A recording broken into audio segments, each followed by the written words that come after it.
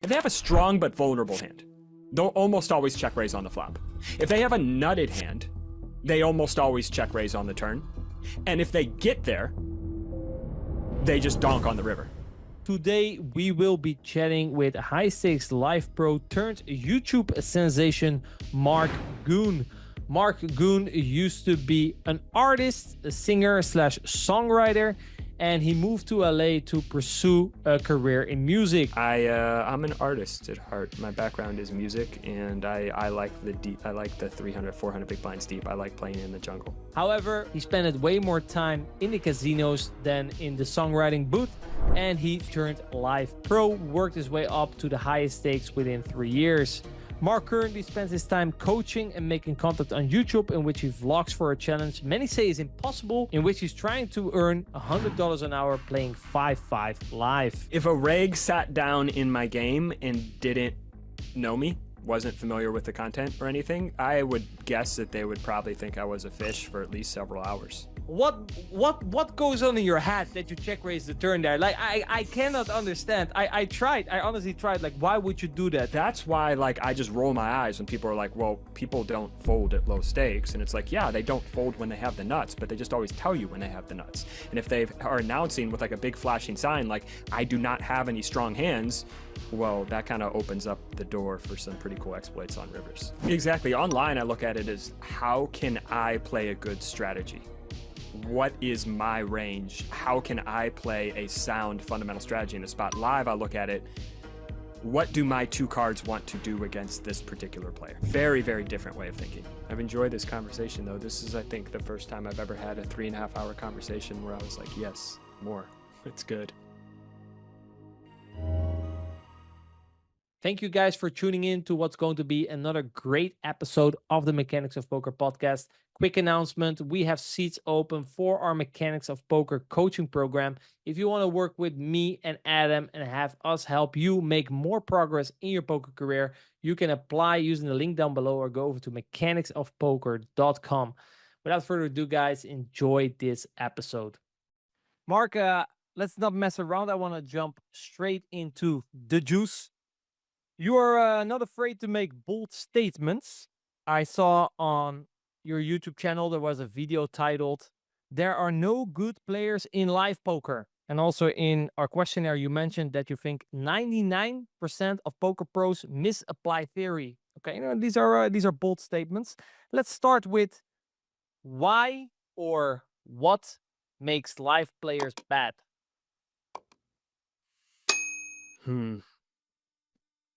Live is easy.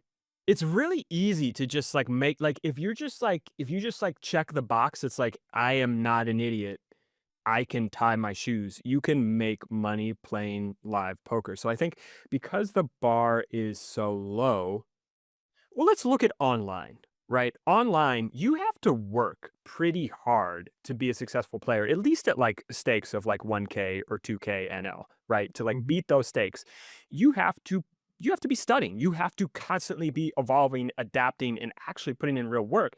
Whereas live poker, if you just show up and watch a movie on your iPad and just tune in and catch the occasional punt, like, you can make decent money still playing live poker. So I think because the bar is so low, it also, like, it lowers the work ethic, it lowers the standard a little bit. And I think because people don't really understand what the ceiling is of what you can make live if you actually work really, really hard, that the standard for being a pro live is so much lower than the standard for being a pro online. So you would say players are too comfortable because it's too easy? That's kind of what you're referring to?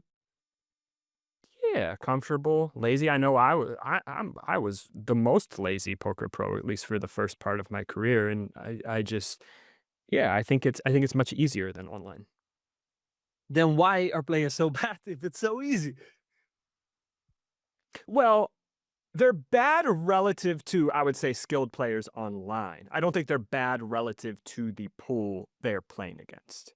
And I guess bad compared to the potential you see in, for example, an hourly that you could reach given how soft the games are. So Yeah, compared to exactly. your standards of how good people and how easy it could be, you think everyone is bad. Yes. Yes, I think that's fair. Okay, that actually makes a lot of sense. What about, like, I think you already mentioned a bit, online players? Are they good, or is it something about poker itself? Is the game of poker just hard?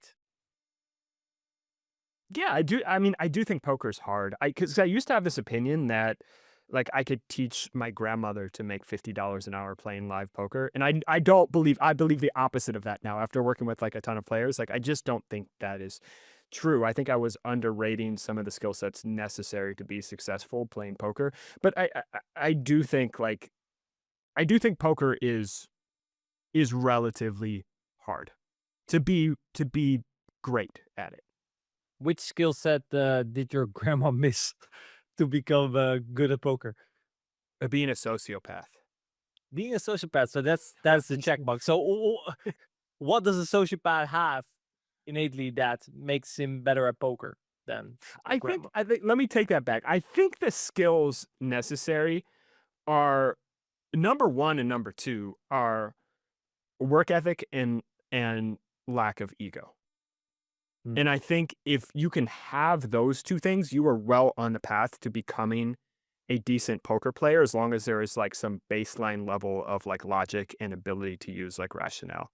Because one of the things I've noticed is like working with so many players is that intelligence or natural innate skill doesn't necessarily mean someone's going to become a great poker player. And that's one of the things that surprised me the most over the years. The biggest thing has been, are they willing to admit, hey, I don't know what I don't know, and Mm. throw some stuff out the window and take in new information and adapt? And are they willing to work their ass off? Because I think if you have those 2 things, like those are the 2 main ingredients I've seen where people can become super successful in poker. So when you say ego, it's sort of being open to being wrong and being open for new ideas. Exactly. Yeah. I think I'm always wrong. I'm constantly wrong in poker. I'm surprised by how wrong I am all of the time, but I'm just willing to say, oh, it's not what I thought it was. I'm a dummy. Let me go back and look at this spot. Let me go back and rethink the strategy because I could not have been further off. And I think when people are open to that, when they're willing to admit that, I think that's when things start clicking. And people who have this like rigid dogma of this is how poker's supposed to be played, this is what you're supposed to do, this is the sizing you're supposed to take. I think those are the people who get left behind. The close-minded people that think rigidly, like, listen, this is how poker should be played, and that are not open to the possibilities that there's other ways out there. Exactly. Yeah. Do you think due to the competitive nature of online poker, people are a bit more forced to think like that? No, I just think it's safer. It's because no one likes to be wrong and no one likes to step out onto a ledge and fall off a cliff. And it's much easier. I kind of think of poker like a dance, whereas attempting to play a equilibrium strategy is like, I'm going to sit in this chair right here and I'm never going to go out on the dance floor because if I go out on the dance floor, there's a chance that I look like a big idiot. But if I sit in this chair and just play GTO at equilibrium, I can never look like an idiot and I can just let other people look like an idiot. But if you're willing to go out on the dance floor and you can just stay one step ahead of the person in front of you, you can win so much more money. It's a it's definitely a two-sided sword because you can also, slip, have a drink too much, and fall flat on your face. Exactly. Yeah. Which is a scary part, which is why I think so many people want to play defense instead of offense. And what do you think is the biggest um, limitation that being stuck in defense puts upon a player that costs them a lot of money? Two things. I think number one is fear. And I talk about this a lot. I think fear and greed drive 99% of the decisions, especially in live poker. And number two, it's this, which goes hand in hand with fear. It's just not being confident enough to trust yourself and or being having this projection that like if I am wrong, then I am a bad poker player, or even worse, if I am wrong, then I am a bad person. And I think a lot of people get so wrapped up in the if I make a bad decision, then I am bad, that it becomes easier just not to make to have to put yourself in that position to make that difficult decision at all. Mm. Which is under sort of the assumption slash delusion that just staying to or trying to stay to equilibrium is not a mistake. Yeah, where I think like online, it's way, way, way less of a mistake than live. Particularly, like if you're playing 1K NL and you're playing against four very good regs and one rec, well, if you're just making wild exploits when you're in a three-way pot with a rec and a reg, you're gonna get the pants exploited off. Like you're gonna lose money. Right. But then I look at it like live. And one of the best examples I like to give is like old school live at the bike when it was like Garrett and Art and like six recreational players. And Art was winning a ton of money off of Garrett, but Garrett was winning more money than Art Mhm. because he was willing to make much wilder deviations against the recreational players and open himself up to Art to being counter exploited, but he didn't care because he was making so much more money off the Rex that he was Mhm. okay giving a little bit back to Art. Yeah, that makes a lot of sense. You mentioned that in order to go out on the dance floor, you need to have a certain level of confidence, right? And you need to be okay with sometimes falling flat on your face, right? The way you said it, well, okay, apparently I was wrong. I will just recalibrate. Something that I personally have struggled with if I do play live, and if I put myself in a live player shoes, I think is very difficult, is dealing with the uncertainty of the game. Like in like the certainty that you know what's going on. For example, in online poker, we have data. You gather data on your own game. You analyze your own data. You analyze population data. So in terms of knowing what's going on, you can have a pretty, pretty solid idea, and that's backed up with evidence. Whereas live, you see a showdown, and people make draw quite quick conclusions over a couple showdowns. Whereas an online player would say, "Well, I minimum need fucking 500 samples on this stat for it to be significant and for me to alter my decisions." Where live, I feel like you don't have that sample size. So how do you deal with having to make, especially when you're an exploitive player, right? When you're an exploitive player, you need evidence, you need data that something is right. Because if you do something on an assumption and your assumption is wrong, that actually player is going to cost you a lot of money. How do you deal with that? Because online, the deviations that players are making, they're like, well, maybe this combo that was supposed to be bluffed 76% of the time, just they end up just giving up with that combo pure. So you're going to need a sample of 500 hands, 1,000 hands to be able to see that. Live, it's Big Jeremy in seat 8 just bets pot whenever he has a strong hand on a vulnerable board and bets one third pot whenever he has an under pair or second pair or a draw. So like the things people are doing live are so face up and so much more transparent than the deviations people are making online that you are able to draw inferences so much quicker because the things they're doing are just very, very apparent. There's less noise. What you see, that is just what you get. And also, I guess you're. I think it's also different, right? You're playing one table. You're focused on specifically this guy at seat 8, and you're looking at his bet sizing patterns, right? And you're figuring out. Whereas online, especially if we talk about just average population tendencies, you will need bigger samples to filter out the noise because within that big sample, Big Jeremy is also in there, potting with value, but we also have someone else potting with bluff. So then to get the average, we need a bigger number.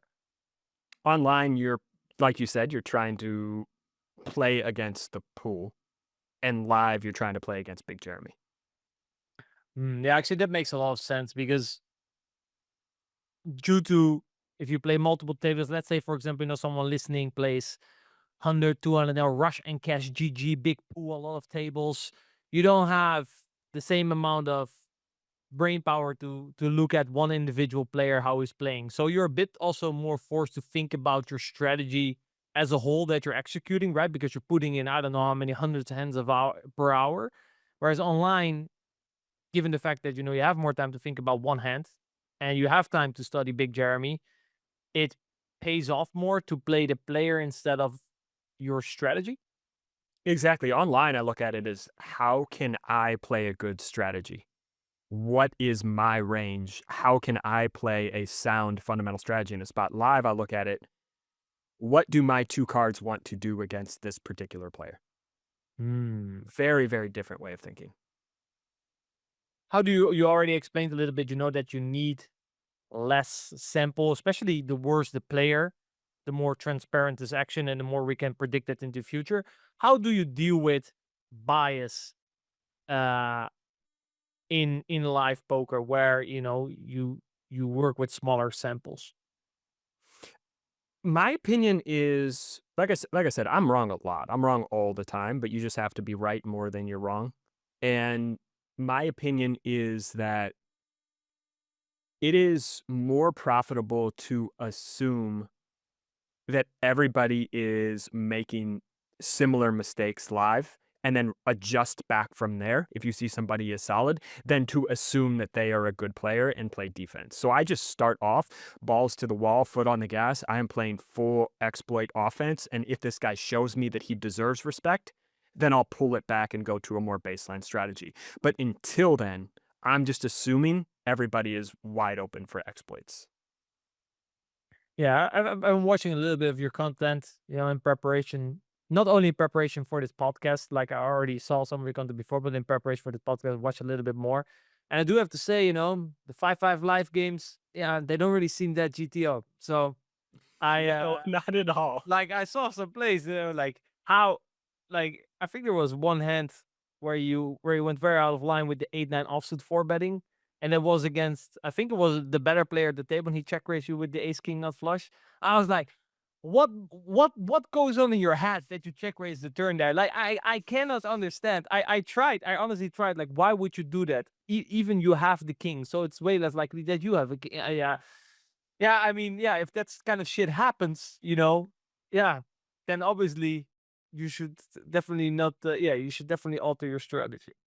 Uh, Yeah, because I mean those are the good the solid players at the table are doing that. They're still letting you off the hook. They always let you off the hook, and I actually have a video coming out very soon talking about how recreational players in general just let you off the hook, and they let you off the hook in three ways. They let you off the hook because when they have a strong hand, they will just check raise on the flop, and if they hit a strong hand, if they have a strong but vulnerable hand, they'll almost always check raise on the flop. If they have a nutted hand, they almost always check raise on the turn. And if they get there, they just donk on the river. So what that means is if they don't do one of those three things, they're just insanely capped getting to the river. And that's why, like, I just roll my eyes when people are like, well, people don't fold at low stakes. And it's like, yeah, they don't fold when they have the nuts, but they just always tell you when they have the nuts. And if they are announcing with like a big flashing sign, like, I do not have any strong hands, well, that kind of opens up the door for some pretty cool exploits on rivers. yeah, I was gonna say, how does this may be a bit of a broad question, but maybe some examples can come to your mind. How does the fact that people give away so much information, how does that alter your strategies? It just allows you to get closer and closer to the edge of that exploit cliff and just keep pushing. And it allows you to take ridiculously huge sizes for thin value when you know that this guy doesn't like folding. And it allows you to just bluff with absolutely zero equity across three streets, putting in a ton of money when you know that a player is insanely capped. So you're just able to get so insanely out of line. It's almost like your two cards don't really matter a whole lot. It's much more about what they are doing than anything you were doing. And I think that's one of the key things I've learned about live poker is like everybody likes to be the hero in the story. But if you just consider that the other person is the hero, consider what has happened to them. Are they up? Are they down? Have they been bluffed? How are they feeling? Are they sitting deep? Have they been running good and they're on lockup mode? Like, if you just think about these things instead of what is my image? What do they think of? No one gives a crap. No one cares about me. No one cares about you. They care about themselves.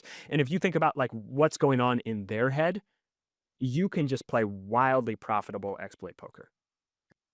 How do you, I mean, you develop that skill, sort of like predict what's going to happen, right? Kind of having a feel for the game, like, okay, this guy is now fed up, or kind of what is happening by observing what's happening to this guy. How do you then, because you also do a lot of coaching, how do you teach a skill like that? Because I feel like it's very intuitive. Whereas, for example, you can teach an online kid comes, you analyze his data, you give him a strategy. It's for me, it's way more abstract to no, it's less abstract to teach. Whereas something like this is like, yeah, you need to kind of feel where Big Jeremy is at. Big Jeremy is about to exploit. How would you teach something like that?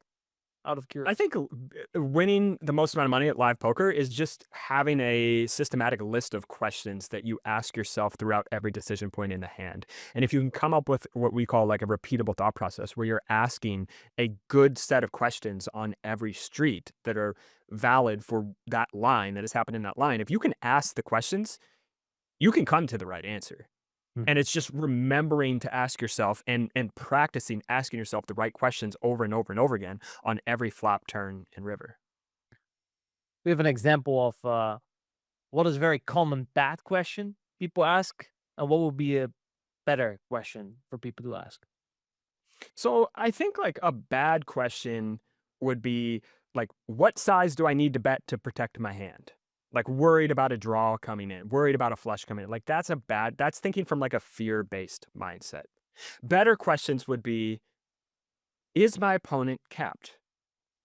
If they are capped, well, what's the biggest size that they're going to call with top pair or their nut flush draws or their straight draws, right? And if they are capped, like we kind of want them to call on the turn with all of those hands, both with our value and our bluffs, because on the river, if we're 250 big blinds deep in live poker, they're folding everything unless they make two pair or they're flush, right? So are they capped? And if yes, well, then we choose the big size. Or are they capped? And the answer is no. Well, what size can I bet where they will fast play all of their strong hands and call with their weak hands? And again, that's a question I like to ask with both bluffs and value, because if I have the nut flush and I bet small and that entices them to raise off all their smaller flushes, that's pretty good for the nut flush. And if I bet small when I have a bluff and they raise off all their flushes, that's also pretty good when we're bluffing, because now we can just bluff with impunity on the river. So those would be some questions I would ask, possibly like on turns. And then the river, my favorite one is, what would I do with the inverse? And this one confuses people, but it's essentially just when I have a value hand, I ask to keep myself logically consistent. Because I hear this so often, right? I hear this so often. People say on the river, you know, they have a value hand and they're like, I'm not going to go all in because I think this guy will fold top pair. And then they get to the river with 8 high and they say, I'm not going to go all in because I think this guy's going to call with top pair. Well, both of those things can't be true, right? They can't be true. It's just not possible. So, like in every hand, like I always tell people to ask, like when I have value, ask what size would I bet with a bluff? And it helps for me. It helps hold me accountable and keep me logically consistent, because I know when I have a value hand and I think, well, if I was bluffing here, I probably wouldn't want to go all in because I think this guy would just call with top pair. Oh, so now I have a value hand, so let's jam because I don't think he's folding top pair. And I do the opposite when I have a bluff. So like that question is like one of my favorites on rivers because it helps hold me accountable. Poker is a very easy game when in a river situation, and you know that if you go in, this guy always calls top pair, or if you go in, he always folds top pair. Then the answer is easy. Mhm. How do you learn to know if someone always folds top pair? Like again, we kind of come back to, let's say for example, situation is opponent's capped. You go, you therefore you're over bluffing, right? And that size is very bluff heavy. Your opponent calls with a hand you thought you was going to fold. Do you then radically switch your strategy and do the inverse of the inverse, or is that one occasion not enough? For me, a sample size of 1 is plenty. But as far as like calibration is really, really tough. It's one of the hardest things. And I think like a skill of super valuable skill as a poker player is like being able to adjust on the fly really quickly. As far as like calibrating on rivers, one of the things that helps me the most is for most, like for 90+% of recreational players, absolute size matters 100 times more than relative size. And Mhm. what I mean by that is if you're playing 5-5 and the game is $1,000 buy-in and a guy's sitting there with $1,700, right? A $1,200 bet on the river, it doesn't matter if the pot is 1,600 because it was already multi-way and it's 3/4 pot. A $1,200 bet on the river is huge. And most players, live players, are risk averse. They don't want to make a bad decision. They don't want to punt off their stack and have a bad decision that's going to ruin their day. So I think like taking into account like absolute size over relative size, like even if you bet 3x pot, well, if it checks all the way to the river and you bet 150 into 50, they may still call with second pair because it's $150. But like in a 4-bet pot, if you're betting 900 or 1,200 on the river, it may only be a third of the pot, but it's still a huge bet. Mhm. So I think like that's how that's how I found the best success with calibrating is absolute versus relative. You are, I mean, it's a very rhetorical question. I was gonna ask. Wait, let me see if I can reframe the session. Let's say, hmm, I kind of already know what you're gonna answer because I was gonna ask, like, for the first question that came up in mind, aren't you concerned? Because if I hear that, it's basically you're sizing based on my perceived range. So when my perceived range weak capped, big means your big bet means that you're weak, and your small bet means that you're strong. If I know that that's the bet sizing philosophy that you use, I can play perfect, and then your strategy suddenly loses a lot of money, right? This is kind of what we talked about earlier, the two-sided sword of exploit. But your obvious answer is gonna be no, and then correct me if I'm wrong. Correct, you're not concerned about that. And then I thought, Zero. well, what if you're against a good player? But then we come back to there's no good players. If they were a good player, they wouldn't be playing 5-5 live, Okay, so let's right? say you do play in a tougher game. What's the backup plan? You kind of go into this mind war where like he knows that I know, so I now do the inverse of the inverse. Yeah, so I mean, I'm not going to just like go out on like the edge of the cliff here against Mhm. players I perceive to be like solid regs, like solid winning players. Like I'm still going to try to exploit the rate pool, but it's going to be a much softer style exploit than just like, oh, this guy's range is capped, so I bluff big. Like that is how I'm playing against like Yeah. 99% of the pool at 5-5. Now, if I'm playing in like a 10-20 or 20-40 public game, I'm probably not thinking that way when playing against like the strong pros because that's how you just get eaten alive. But I would say this works against all rec players live. And that's, let's be honest, like that's where 90+% of the money is going to come from if you are a live player. Your money's coming from the recreational players. And so many players are focused on, I want to reg battle. I want to be good against regs, which is great. That's a great skill to have if you're playing online where you're playing six max, where maybe one player at the table is a rec, or a lot of times it's just like maybe like two weaker regs, and that's the softer players at the table. So like you have to be whoever is going to be able to execute a baseline strategy better and make some soft exploits is going to win the most amount of money. But live, when you're playing at a table with 3 pros or 4 pros and 5 recs, right? Whoever exploits the crap out of the recs the most is the person who's going to win the most amount of money. So since my background is mostly live, that's what I'm mostly concerned about when playing live poker. Yeah, from the sounds of it, it seems like too many players at non-tough 10, 20, 40 games are thinking like they are at the 10, 20, 40 games and give way too much credit on their opponent, and they're trying to play this solid strategy where the environment is not optimal, or at least it doesn't encourage to play a strategy like that. Does that kind of Exactly. sound right? 100%. And I would say like even still, like most of the players who are like trying to play a solid strategy, like if you just their solid strategy is like, if this happens and this happens, then I do this. Right? If there is a 3.4x 3 bet in position and he C bets 1/3 on the flop, I know how to respond with my range in this. Well, what if he overbets on, what if he plays an overbet or check strategy on the flop, which doesn't lose a ton of EV versus just range betting 1/3? All of a sudden, like you've just taken that reg and thrown them into the jungle. And now all of a sudden they have to play with lions and tigers and they have absolutely no idea what's going on because all they've studied is 1/3 pot. So that's like, that's going off on a tangent a little bit, but that's some of the way I like to um throw a wrench in regs game plans is by throwing them into strategies that I have studied that they may not have looked at.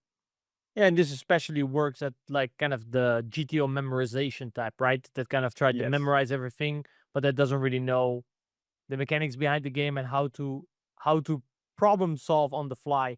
Do you think also that, for example, I remember I saw a video of you, thought it was very, very nicely done, where you had, I think, a couple of pros on and they had to do a 3-4-7 flop, if I'm not mistaken. Do you, and the conclusion was these are very good winning players and they all suck. That was, I think that was the everyone is bad at life. Very, very nicely done. Definitely recommend people to go check it out. Um, but what I was trying to say, do you think that because online in or life is a bit more chaotic, you have a lot more variety of spots, whereas online the same spot just happens more frequently, right? There's way more just heads up pots. For example, I actually quickly checked up some data and I see online, if you look at least frequency wise, that spot is even at like 200 NL is played pretty fucking well. Like frequency wise, they're not off. Do you think also therefore online, also with the tools to analyze your game compared to GTO and the fact that you just people drill these spots, the spots are reoccurring, it's easier in terms of frequency of the spots, so therefore it's easier to play quote quote GTO and a bit more robotic than, for example, live poker where problem solving on the fly just serves you way better. Yeah, I think so. I think 100 big blind poker is science. It's mechanical. 300 big blind poker is art. Hmm. So there Picasso wins and at online poker, I don't know. I don't know who that wins. Lightus. But to be fair, Lightus would probably also win in three on the big blind poker. Yeah, Um true. He can do both. let's talk a little about the we talked a lot about exploitation. I want to talk a little bit about theory to something else that you said, right? You said 99 of pros misapply poker theory. Now I want to actually clear one thing up. When we talk when you say poker theory, are we talking about GTO strategy? So when you look in the solver, you see a GTO strategy, or are we talking about theoretical concepts that we see a GTO strategy applying? Both. All of the above. All of the above. So people suck at implementing a GTO strategy, which I obviously everyone knows. You cannot really apply a GTO strategy. You can only make an attempt. Um, but you also say that 99% of players suck at understanding the theoretical principles on which the GTO strategy is built. Correct. Okay. Is it then also before node locking or after node locking when we talk about theory? So theory applied in, for example, the live environment is you take theory, you then node lock it, and out of that comes the optimal strategy for the situation that we in. In order to come to that conclusion, you need to understand theory to a certain degree, or we're talking just fundamental theory concepts people just don't understand. The latter. Fundamental theory concepts people don't understand because I think most people don't even get into the node locking streets. What is an example of a clear theoretical concept that people just misapply and it's costing a lot of money? Equilibrium is a delicate balance. It's like a seesaw. And if you have two equal weight people sitting on the seesaw, well, then you're GTO at equilibrium.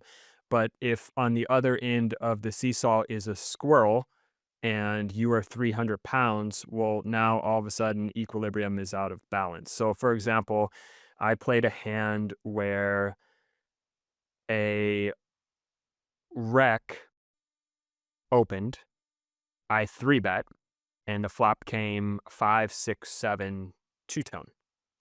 And the rec checked to me, and in a 3-bet pot, I just potted it on the flop, and we ended up getting the money in. I had the nuts. I had 8, 9, and a reg leans over and whispers to me. He said, "You must really be studying because I know that spot is pot or check." And I just nod and, "Yep."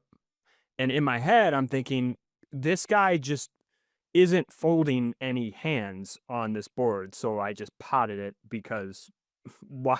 Like, I'm thinking of the node locked theory, and he's thinking of theory and equilibrium, which doesn't apply because that seesaw, like we talked about, is just one end is a squirrel and one end is a 300-pound guy.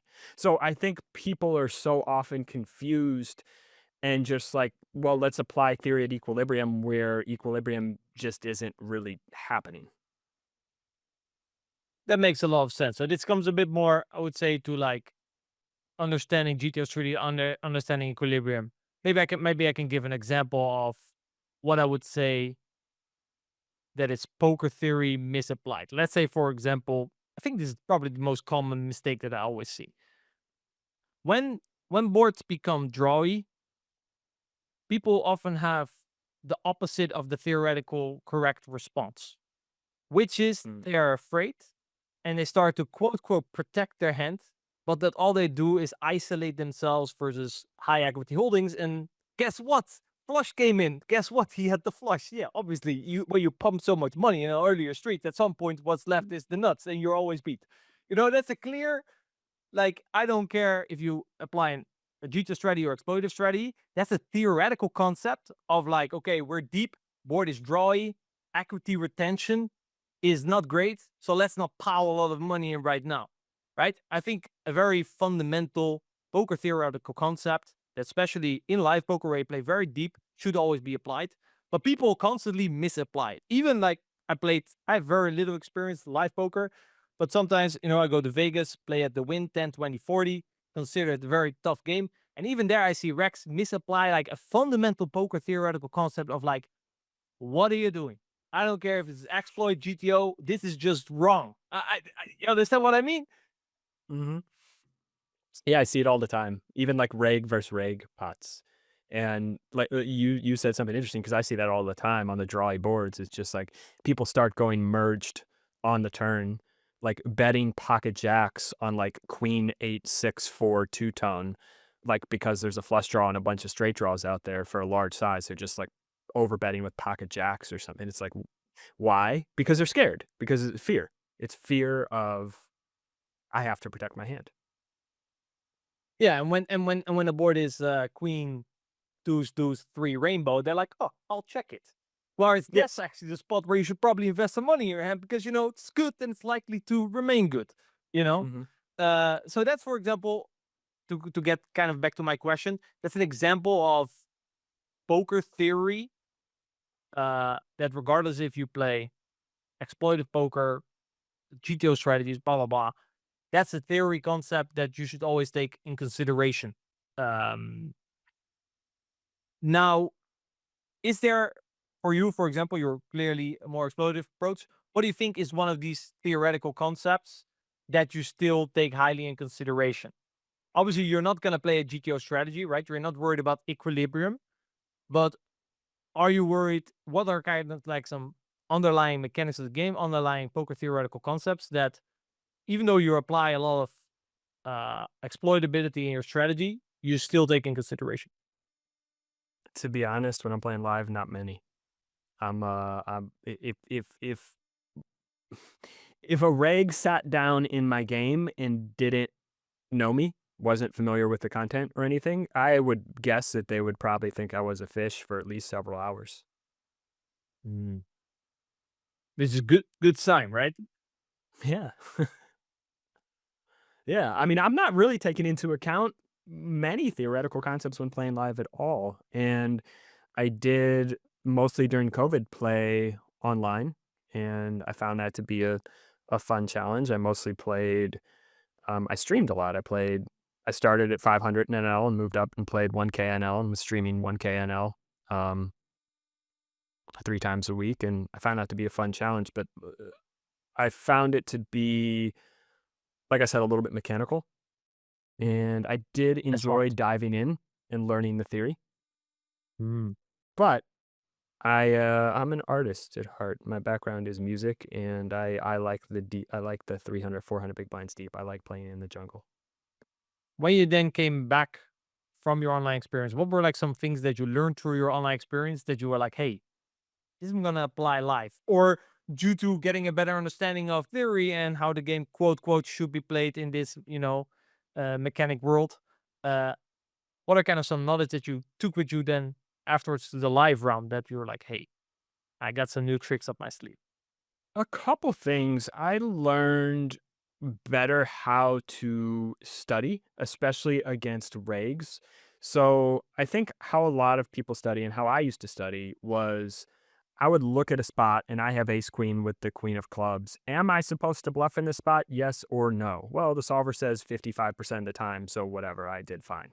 Whereas, like, after playing online, I would look at a spot and see, oh, this guy's supposed to bluff here with 10-8 100% of the time, and he gave up on the river. What does that mean? Well, it means a couple things. It means number one, that when he bets on the river, that he is under bluffing. So since he is under bluffing on this river, now every bluff catcher that I have is not a profitable call in this spot if I'm sure this guy's under bluffing this particular spot. So I translated that to live and started looking at spots where, hey, are regs in this spot under bluffing or over bluffing this spot? Are they over calling or over folding in this spot? And I started looking at different textures, different configurations, and started figuring out where regs under bluff, where they overcall, where they overfold, etc. That's one of the biggest things I took from online to live. The second thing I think is using, like, data, like, using, like, hand to note, a lot of, like, population tendencies that I actually realized from Rex. For example, like, how to play against donk bets much better, how to funnel Rex to lines where they massively overbluff, which was something I was not comfortable with live before. So, yeah, I mean, those are I took a lot of things actually away from online that improved my live game. How have you found the data translating from uh, online poker to live poker? I remember, I think it was Matt Berkey and Nick Howard. They were always having a little argument about that. Nick says, that the data applies in life, and then Berkey said, "Yeah, sure, you hero call, big Jeremy, C date, you know, go follow the data." And Berkey basically said that Nick was crazy. What was your experience in terms of looking at data online and how that translated to live? I think a lot of it has applied in my experience, especially because, like, we purchased, like, samples of hundreds of millions of hands of fish who were playing, like, 50 NL and 100 NL, and kind of started looking at, like, well, what do they have when they donk? Or what do they have Mhm. when they call a small C bet, turn goes check, check, and they bet half pot on the river?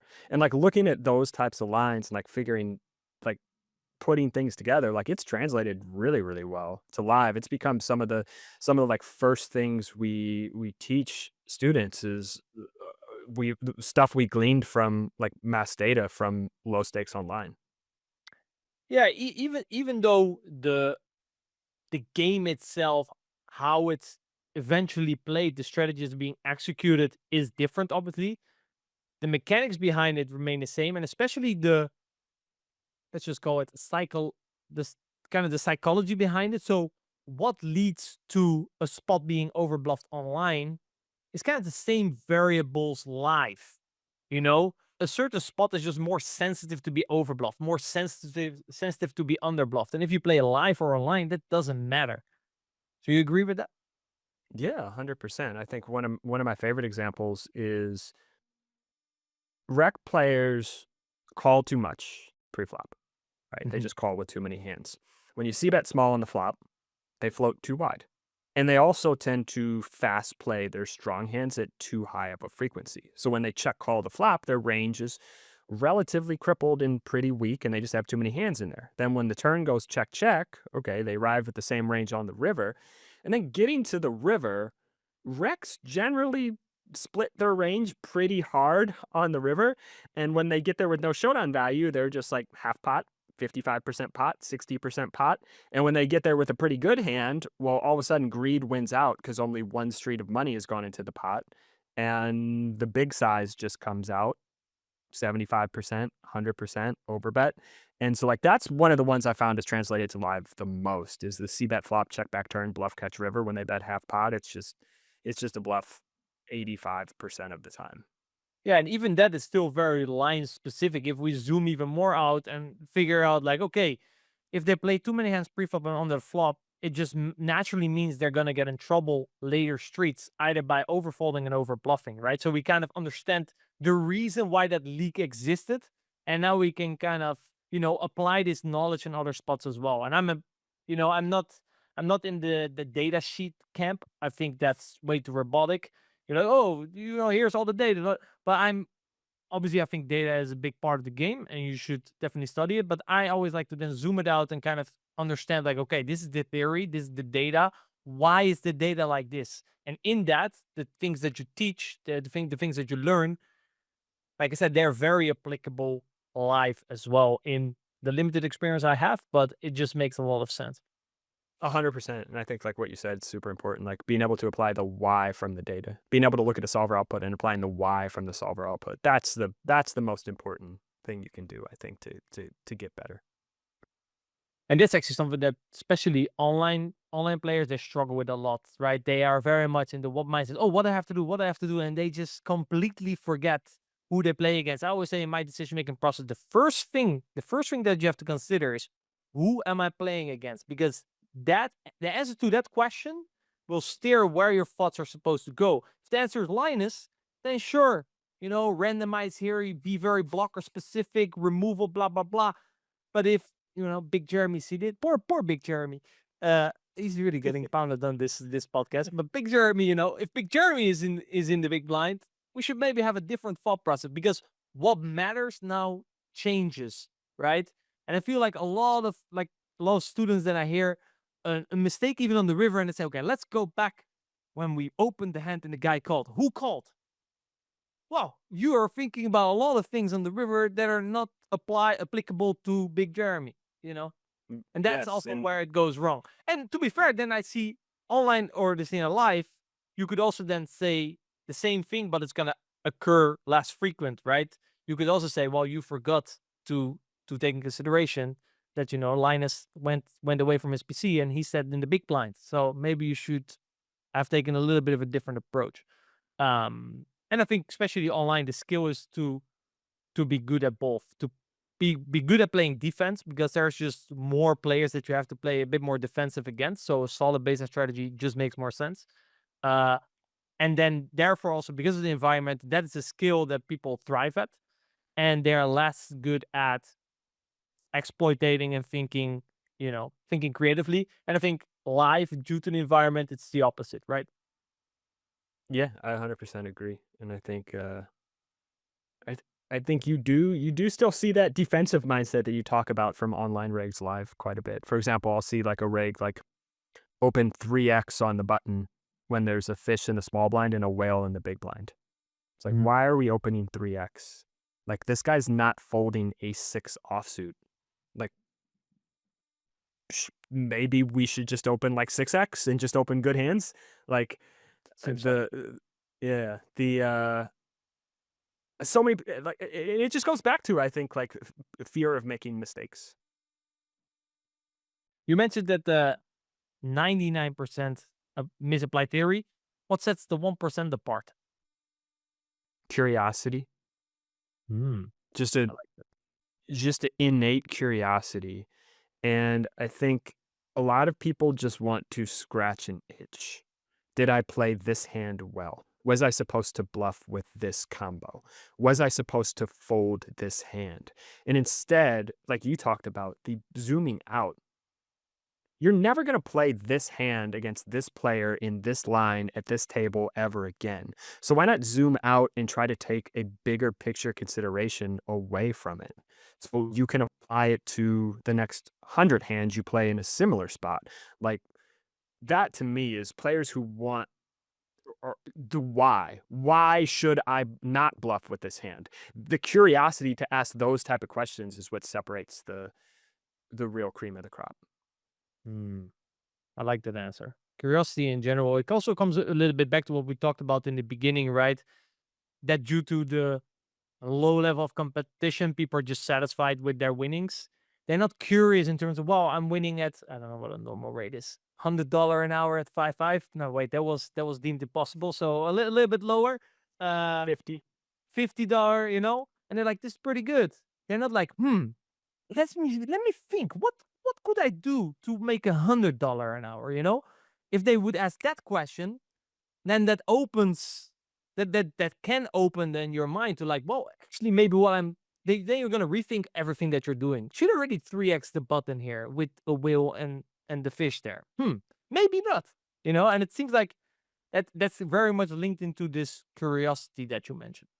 So Yeah, I heard basically, because you coach a lot of live players, you open their minds. Is that kind of a good summary of mainly what's happening? Yeah, it's not about memorizing at all. It's not about memorizing. It's about developing a thought process to ask the right questions and to become curious enough yourself in hands where you are asking the questions that help lead you to a good answer instead of memorizing some rigid strategy that you're going to play against everybody, because that's not going to help. Adam, I know you're mainly an online grinder and live. I don't think there's a lot of heads up turbo sitting goes that I know of. Any live experience? No, very little live experience apart from playing with friends, which was definitely a exploit-based game dynamic rather than the online streets. But yeah, really interested in hearing how you spoke about the live environment, Mark, and I've been writing a lot of different things down, which I want to kind of piece together. So you mentioned like to be successful in live poker, you need to be brave, which you and Rene were talking about going on the dance floor, being the exploit player, being willing to make mistakes. You also mentioned work ethic being a very strong contributor to life success. And you mentioned a lack of ego, which I've wrote down as kind of being open minded and willing to admit mistakes. And then earlier you mentioned like two big obstacles players face are fear and greed.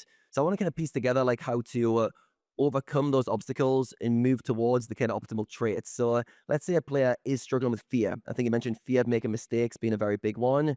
And a player comes to work with you or he's trying to improve on this, but he is a bit of a fearful guy. He struggles to step on the dance floor, get rejected.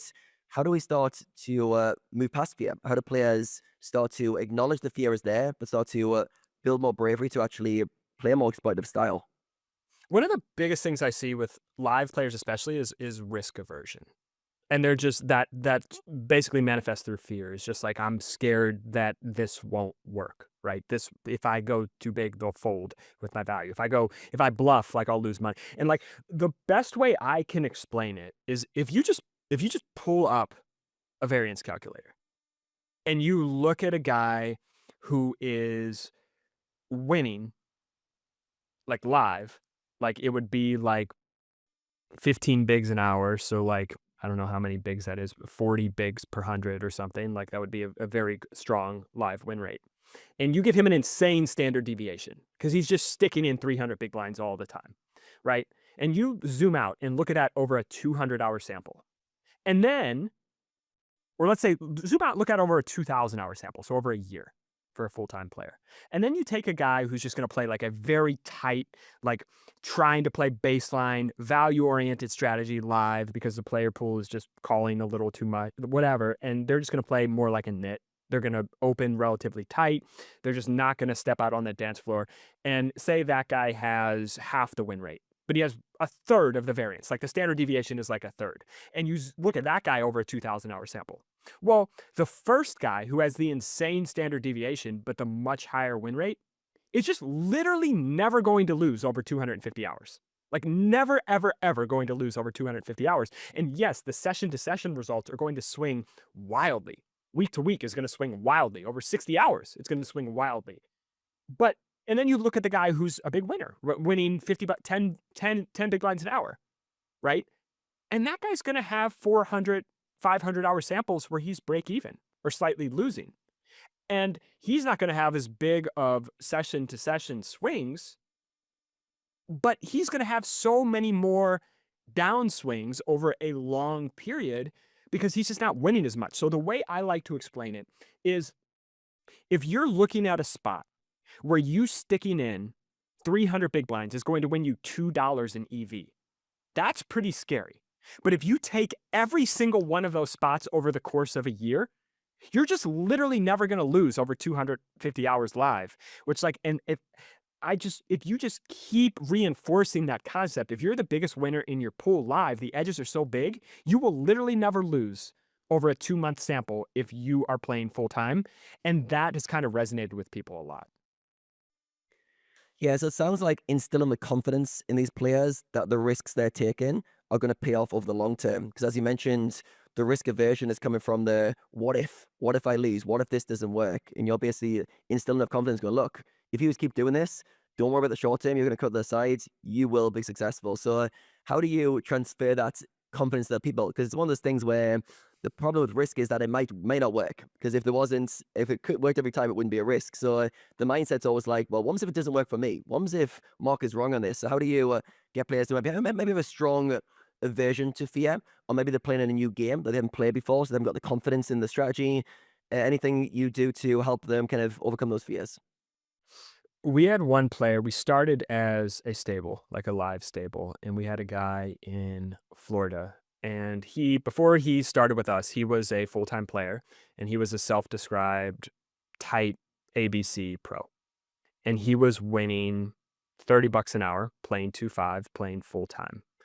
And he had the biggest tough time with like making that leap, with being able to just stick in the money with air, with being able to just pull the trigger. And he just like, he would understand it, but he couldn't actually do it because the fear would just, no, this time I'll get him next time. I'll pull the trigger next time. This doesn't seem, I have bad blockers. It doesn't seem like a good spot. Right. So we had a heart-to-heart sit down, and it basically was, are you happy with where you are? Because you're earning $30 an hour. And if you were happy, you wouldn't have come to us. You wouldn't have given up a percentage of your profits. You wouldn't be taking 10 hours a week of doing coaching sessions and homework if you were happy with making $30 an hour for the rest of your life. So if you want to change, it's going to be scary, but you're going to have to jump. And if you're not willing to jump, there is nothing I can do. There's literally nothing I can do. You know what you're supposed to do. If you're not able to do it, we're going to have to end this relationship because I can't make you jump. I can't push you. You got to jump. And it took 6 months, but he went from 2.5 to 5.10 to 10.20. And he is now earning 4 times or 5 times what he was earning 2 years ago when we started. And there are some success stories like that. And there are some players who just understand it and can't make the jump and just never make the jump. And I still haven't figured out a surefire, fail-proof way to get them to make the jump. Some people will, some people won't. I can push, but if they won't jump out of the plane, I can't make them. I love that. I like that whole analogy as well of you can guide them so far, but it comes to the point where you get them to the edge and they need to learn to jump. I like how you did that. You kind of reverse engineered it back to them and go, right, it's up to you. Are you happy? Do you want to jump? Like, this is your decision. This is when it comes to like our lives. We're all playing a one-player game at some point, and we can have guidance, we have coaches, but at some point you've got to pull the trigger. You've got to take the jump. If you're not willing to do it, you do the consequences. So yeah, I really like the process, and yeah, I'm also still trying to find that secret system to get everyone to make the jump when they need to. Once we figure that out, everyone will have an amazing life. But yeah, I think it's just dealing with humans. We need to understand some people for their own reasons already will make that plunge and just being okay with that as long as you've guided them as far as you can. All right, I want to go into the next kind of topic here, which is you mentioned a lack of ego, which is a great place to be. Open-minded. We all can relate to people who have success in life in general, are very open, don't get too attached to their ideas, willing to change their opinions based on new information. But we also bump into a lot of poker players who are very stubborn, have a very big ego, and they struggle with this. So how do we start to get into this curiosity, which you mentioned the 1% have, when people are a bit close-minded? I'm sure in your community, work with players, you spot this guy's got a bit of an ego, this guy's a little bit attached to his opinion. How do we start to dissolve that ego to allow players to be more open-minded? On day one, we learned this the hard way because the guys were just, this stuff seems okay. I don't know if this will. On day one, we have them play against the solver in a spot where there's like an awkward stack size they haven't been able to look at. And so like we just have them play against a solver, we frame it as you're playing against the world's greatest player. Try to play equilibrium. And without fail, the solver just exploits the crap out of them in every single note. Like we have them play 2 notes against a check on the flop in a 3-bet pot. They're in position against a check on the flop and against a bet on the flop. And without fail, they're losing 3, 4, 5 big blinds from literally 2 decisions every month. And that has been like just holding up, not telling people, but just literally holding up the mirror and saying, here's how the solver's exploiting you. You're somebody who just spent a bunch of money and is investing a ton of time into learning how to be a winning poker player. And you're already winning. You're already winning at 2-5 or 5-10 or whatever it is. And if the solver's exploiting you this hard, how hard do you think you can exploit the players in your game who are not investing time, who are not investing money in poker? And for us, I think just holding up that mirror has been super successful to getting people to drop the preconceived notions at the door that like, I know what I'm doing. I have all the answers. It's like a slap in the face with reality and going, hey, Yes. you're not as good as you think you are. Wake up. And yeah, I really like that because you're trying to open up the doorway to curiosity. That's what kind of lacking the ego is. It's like, drop it. Like, just open up the door to new solutions, new ideas. And I really like to kind of meeting them with reality and go, right, look, this is poker at the highest levels. How good do you fare up? And then, yeah, they can then say for themselves, wait a second, there's things I don't know. Awesome. What else don't I know? Don't know doorways that opens. We're on the curiosity train. Let's go full speed ahead. All right, next one you mentioned was work ethic. We're going to come back into this from different angles, but for you in terms of work ethic, what do you think is needed in the modern world of poker to have success? How do you kind of define that? I find it's harder for people to hold themselves accountable if they don't have somebody to tell them what to do. And a lot of people get into poker because they want to be their own boss without realizing sometimes it's harder to be your own boss than having a boss. And if you're not willing to, like for myself, like I was a full-time artist, I was a songwriter, and I did not really hold myself accountable because I would wake up and be like, you know what? My voice isn't warmed up. I'm not going to go in the booth yet. Let's wait an hour. You know what? I'm not really feeling inspired today. Let's go on a walk. Let's go smoke a joint. Let's go on a walk. Let's find some inspiration. You know what? Like, I don't know. Maybe I'll go to the gym right now because I'm not feeling like and like it's very easy as your own boss to do that. And I hear a huge gap often with poker players between what the goal is and what they're actually doing. And I think one of the biggest things is being able to like set realistic goals. And I hear so many poker players say, I want to be the best. Well, really? You want to be the best? Like, that's not my goal. And like, I'm working 80 hours a week, right? Like, if I wanted to be the best poker player in the world, like, think about what LeBron James is doing to be the best basketball player. Like, it's the same type of shit. He's spending $1.5 million a year on his body. He sleeps 12 hours a day. He wakes, like, every single meal is like down to the grain of like what he's having, his workout regime, like everything is revolved. His entire, everything is revolved around being the best at basketball. If you want to be the best at something, that's what it takes. Like insanity, like pure obsession, complete obsession. Now, if your goal is to be, hey, I want to crush 5-10, that's a very different goal. You can put in 40 hours a week, maybe 30 hours a week of play, 10 hours a week of study, and you can be an absolute crusher at 5-10 live and earn a very good living, 200, 250K, 300K a year, like very good money. But like, I think the first step to work ethic is realizing like, what is a realistic work ethic for me going to look like? What would I be happy with? And then setting a goal that aligns with a realistic work ethic for yourself.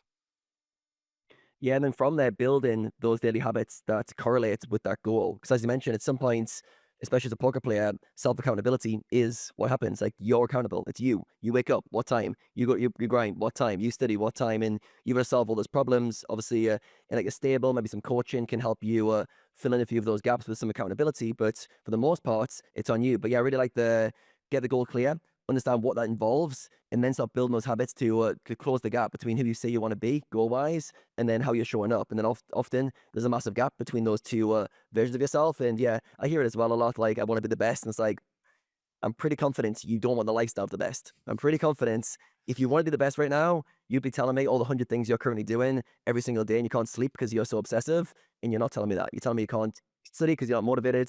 I don't think you're really going to be there. So yeah, I think it's just that realistic reality meeting, but also then building work ethic. And I do think work ethic's very much like a muscle. I do feel like wherever you're at, we've obviously built habits that can make you think that you're lazy or you lack work ethic. In reality, it's like get the goal clear, understand why you want that, get the kind of motive behind it clear, and then start building that work ethic muscle by understanding your current points and then adding layers on. If you currently work 5 hours a week, you're not going to do 80-hour weeks next week. You might do 7 hours or 8 hours in progressively overloading that work ethic so you match the goal that you want to get. And it might take some time, like working out at the gym takes time to get stronger. You've got to be kind of consistent. So yeah, I really like how you covered that one.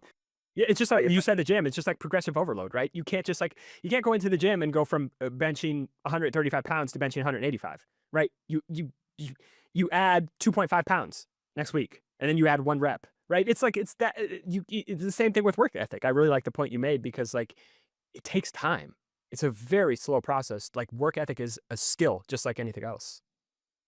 Yeah, when someone says I haven't got work ethic, I don't work that hard, it's like you haven't learned to do that yet. It's like you can't lift that weight because you're not strong yet. So yeah, it's just for anyone who relates to not quite developing the work ethic muscle yet, just stick at it, understand your current baseline, add a little bit on, and yeah, over time you will develop that. All right, the final piece that I want to put together before we go into your story, which is normally the starting point of these conversations. So we've done a bit of a reverse. This one was greed. You mentioned fear and greed being the two obstacles. So tell me through how players can overcome greed. Let's say they've noticed it in themselves. It's a strong drive. How do players start to understand it better, but also move past it? Just because we have a very strong hand doesn't mean we just get to bet huge. And I think so many players get caught up in I has good hand, I bet big money. And that's not the best way to make the most amount of money, particularly like if your opponent has a very weak range, right? And so that's where like the backstory behind like the whole inverse concept came was trying to fix that greed, was asking what would I do with the inverse? Because if you want to make the most amount of money playing live poker, you just need to be responding to what your opponents are doing. And if your opponent is screaming at the top of their lungs, I don't have a good hand, it doesn't matter that you have a full house, right? You can't just be piling in all of the money. Mm, yeah, I like that kind of going to the inverse. It's often like to counter a bias. Often a bias like has us go on one side of the fence, and to counter that bias, obviously it'd be ideal to be in the middle all the time and not be to one side. But often we go the opposite way to kind of find that kind of that sweet spot. How do you feel with players like because greed can show up in a lot of ways. Greed can also show up in terms of being very short-sighted, wanting to win now. Let's say you're down a few buy-ins in a session, and the greed kicks in by I want to get back even, I want to be up this session, and it's this kind of this urge for a quick result or a big result can cash in. How do you get players to deal with that when they're maybe struggling not so much in just one decision point, but the feeling of wanting to have an outcome in the short term? That's a tough one because it's really hard. People can understand the mindset of it's all one long session, right? In every decision, we need to make the highest EV play in order to get to those win rates that we previously thought were unattainable. And people can understand that and they can say it and they can voice it out loud, but it's similar to the one we were talking about earlier of just like you have to jump. Like you have to actually buy in and believe that each hand is its own, like it starts over at this hand, right? It doesn't matter what happened last hand. We need to make the highest EV decision in every single hand going forward. And even breaking it down even further on like a micro level, like it doesn't matter that we made a mistake on the flop. We need to make the highest EV decision now with what has happened on the turn. And I try to beat that home so much because there's usually a big gap between people understanding it and actually applying it. Mm. Yeah, I think a lot of mindset can go into that category where the knowledge is often there, but the application of that knowledge takes time. It takes repetitive, often reminding over and over of what you're trying to achieve and how your current actions are misaligned often with the goal you're wanting. So, for example, let's say those you're greedy, you're putting big bets in on the river. You're doing that because you want to have a big cash reward in the short term. But once you start to realize, actually, this is losing my EV over the long term. Okay, how can we realign what I'm trying to achieve with the actions? But yeah, as you mentioned, it's often easier said than done, but definitely the awareness and the kind of reminders constantly is going to be the path there. All right. I want to now start by getting to know you, Marc, and you've shared a lot of wisdom with us so far today, and I'm sure the audience are loving it and go, wow, Miss Marc is super clever.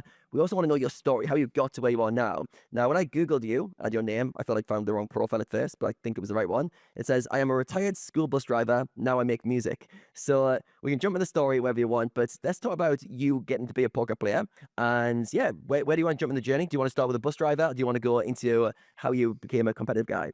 We can skip the bus driving part because that's kind of boring. But I moved to Los Angeles for music in late 2016. At the time, I'd been making music for mm, 8 years, 9 years, and was kind of feeling burnt out. And it was just right at that time where I was like, I'm burnt out. I'm not enjoying this. It's not fun. When I had a song that like started blowing up. And so I was getting calls from labels. I never wanted to sign to a record label ever because I always wanted to be my own boss. I'm not good working for other people. And when you have a record label, you now have a boss or many bosses. And so I didn't want to sign a record deal, but I was quite interested in signing a publishing deal where I could write for others and collect a large check for that. And so I was meeting with a bunch of labels slash songwriting companies in LA, and the meetings were getting serious. I was having a lot of songwriting sessions. So I thought, you know what, I just need to go. I just need to get to Los Angeles and let's try to make this thing work. Let's give it like one final shot. And so I moved. I had a friend who was a songwriter, and he said, you can move in with me. Just bring all your recording equipment. You can live here for free. Only stipulation is you just have to let me record sometimes. I'm like, cool, that sounds amazing. Moved to LA, had no rent. And I get there and he's like, okay, cool. I'm bringing in a team. We're recording my album for the next 2 weeks. So I'm like, what am I going to do? I had been playing 1-2 and 1-3 in St. Louis, where I'm from. And I was making, I don't know, 26, $27 an hour at 1-3. And I had a job passing out energy drinks out of the back of a truck in St. Louis, and that was my job. I was making like $15 an hour to support myself so I could do music. Music was starting to make money, but not enough. And I had the same job lined up in LA. And I remember asking a friend, I said, I'm making like $25 an hour playing poker in St. Louis. I could play 5-5 in LA. Do you think I could make like $30 an hour? Because if so, like I won't need this job. And he's like, yeah, you could probably do it. And so I went to play 5-5. I brought just around a $10,000 bankroll with me to LA to play 5-5. And my first week, I doubled the bankroll. I called the energy drink company and said, you know what, I'm not going to need that job. I'm not going to need it. And at that point, it was just most of my songwriting sessions were at night. So I'd play poker during the day, go to songwriting sessions at night. And that's kind of how it started in 2016. Wow. So yeah, you mentioned earlier with Rene that you like the art rather than the science, and I'm guessing obviously music, very creative, very artistic. How did you make that jump into poker, and how were kind of your day to day way of showing up and being creative? How did that change from being an artist, creating music, to going to the world of poker? It was hard to turn one off and turn the other one on because I found I was kind of living like these like two lives. And all of my friends in LA at the time were artists. They were rappers, singers, producers. And so very creative people who were living this sort of lifestyle. And then I'm playing poker and it's like just very, very analytical. And I found the more poker I played, almost the harder it became to write because my brain was becoming so analytical that it was kind of losing that like free flowing thought process. And so I really kind of struggled balancing it. And I'd go through like stretches where I would just hey, this week I'm not really feeling it. I'm just gonna play poker this week, and then for the next 3 weeks, I'm just gonna. I made a good amount of money in like for the month already. Now for the next 3 weeks, it's just like it's knock out an album time for like 3 weeks, and that's I kind of went back and forth because it was really hard to go from one to the other. At which point did you make the switch to go all in on poker? And how challenging was that to almost like say goodbye to the old identity of being a musician? I know one of those things where you've done something for a long time and you can kind of see the new choice you're saying yes to is going to basically be the death of that old version of you. And that can be very painful, especially if you put 8 years in the music, you've sold attraction, you've got all your friends in it. Going to poker, you're kind of, at some point that when you do a full time, yeah, talk us through that transition when you did do that and how it felt for you.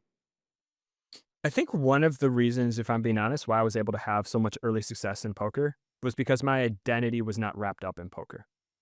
And whether I won or lost, it wasn't, I am good at this, therefore I'm a good person, or I lost, therefore I am a bad person, because I cared about music 10 times more. And so the losses and wins and swings didn't really get to me all that much at the beginning because it wasn't my sense of identity. I wasn't really, in my mind, I'm not a poker player. I'm just playing poker to pay the bills. And so I struggled with the ups and downs a lot less, I think, at the beginning. And in my mind, I never really fully committed to poker. Although after my first year in LA, like after my first 6 months in LA, I was basically playing full time. I was playing 35 plus hours a week, 40 hours a week poker. And I just kept thinking, it'd be silly for me. Like I was making $15 an hour, man. And all of a sudden, like I'm making 70, 75 bucks an hour playing 5-5. And it's like, holy crap, I'd be an idiot not to go play more. I don't know how long this is going to last. This is like too good to be true. And so I just played more and more because I was like, I had, I had gotten my own place. I got in an apartment with a friend and the rent was relatively low, you know, low for LA, but still relatively low. And I didn't have many expenses. And so I was like, let's just stack money as quickly as I can. And I never really fully distanced myself from the artist until COVID, I think. And I made the project I've kind of always wanted to make and did not caring if it's going to do well, not caring what the reception's going to be, just what I wanted to make and everything I've always wanted to say. And I felt like when I finished that album, that was it. Hmm. A clear endpoint and a clear transition to the start of a new thing. So you mentioned like with Rene that everyone's a bad player, or 99%. And I'm sure when you started, you were also in that category of a bad player and misapplied theory. How did you go about improving your live play and becoming a good player? What were kind of the things you worked on? Well, I'm sure you've seen like the midwit meme. And I think at the beginning, I was so dumb that I was good. It was kind of like because my thoughts were literally, what are this guy's two cards and what does my hand want to do against this guy's two cards? That was literally all I thought about in every single hand. And people played so face up that it was really easy to do that. I started learning, I started studying, I started getting into theory. And then, I made the jump after 1 year.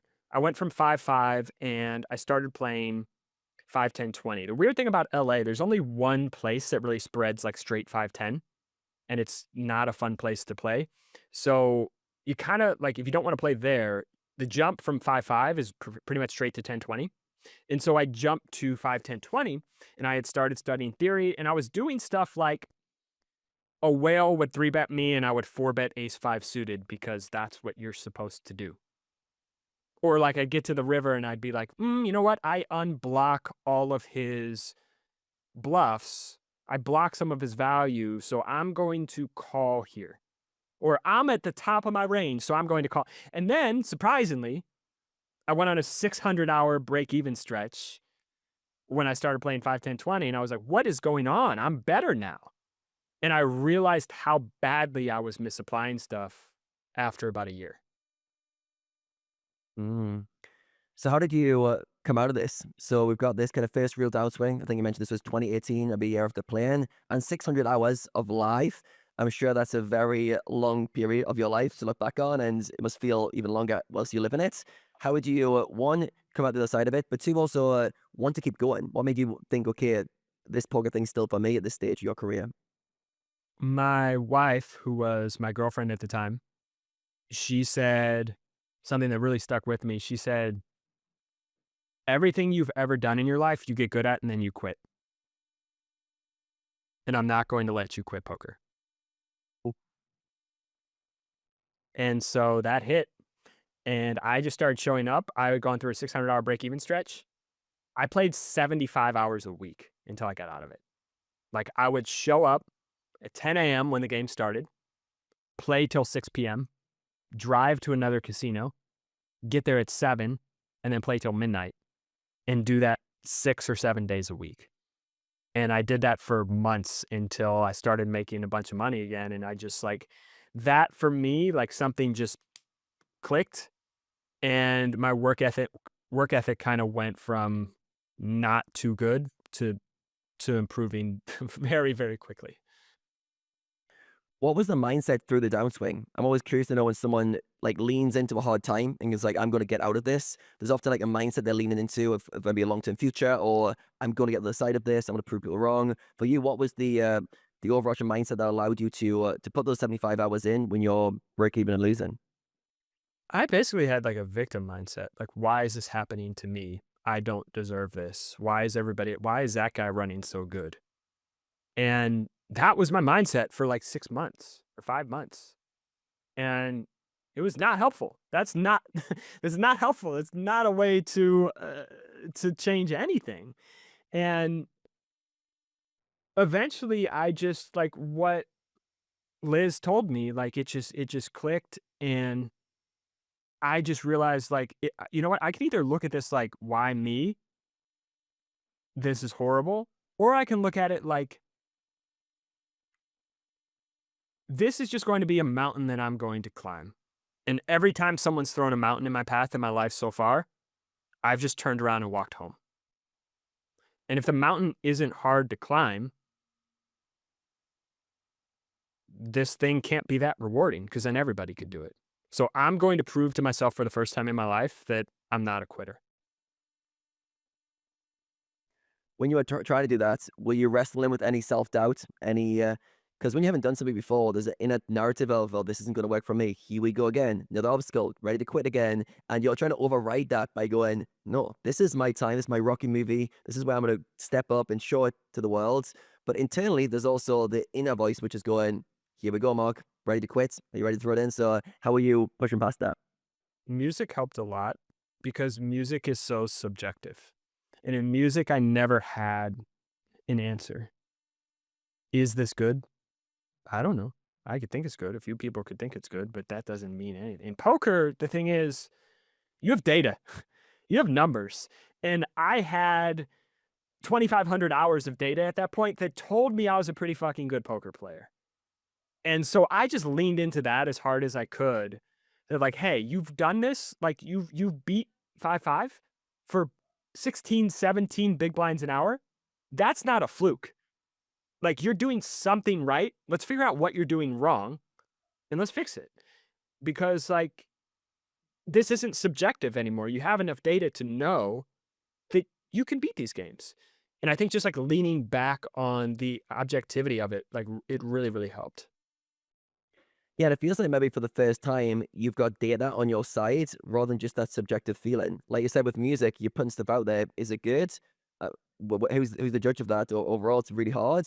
I always struggle with English compared to maths for this exact reason. Writing an essay and I go, "Is this good?" I'm like, "Well, what makes it good? Like, what's the structure? What's the exact like? A good story is a good story, Adam. Just write a good one." I'm like, "Maths, that's right, that's wrong. There's clear boundaries. I can learn that better." So yeah, this kind of is it good with poker? We've got a more defined version of that, so we can lean on that sometimes when things are going badly. So it feels like for you potentially that was a good kind of aid in this kind of transition of yourself to overcome it. And then you mentioned from this point, things started to turn around and you started to have a lot of success once you realize you are misapplying theory, and you also start to increase your work ethic. Talk us through this kind of transition period, how you start to tap into these exploits you're currently doing now, and how you kind of stepped your game up when you started to realize that you were approaching it wrong.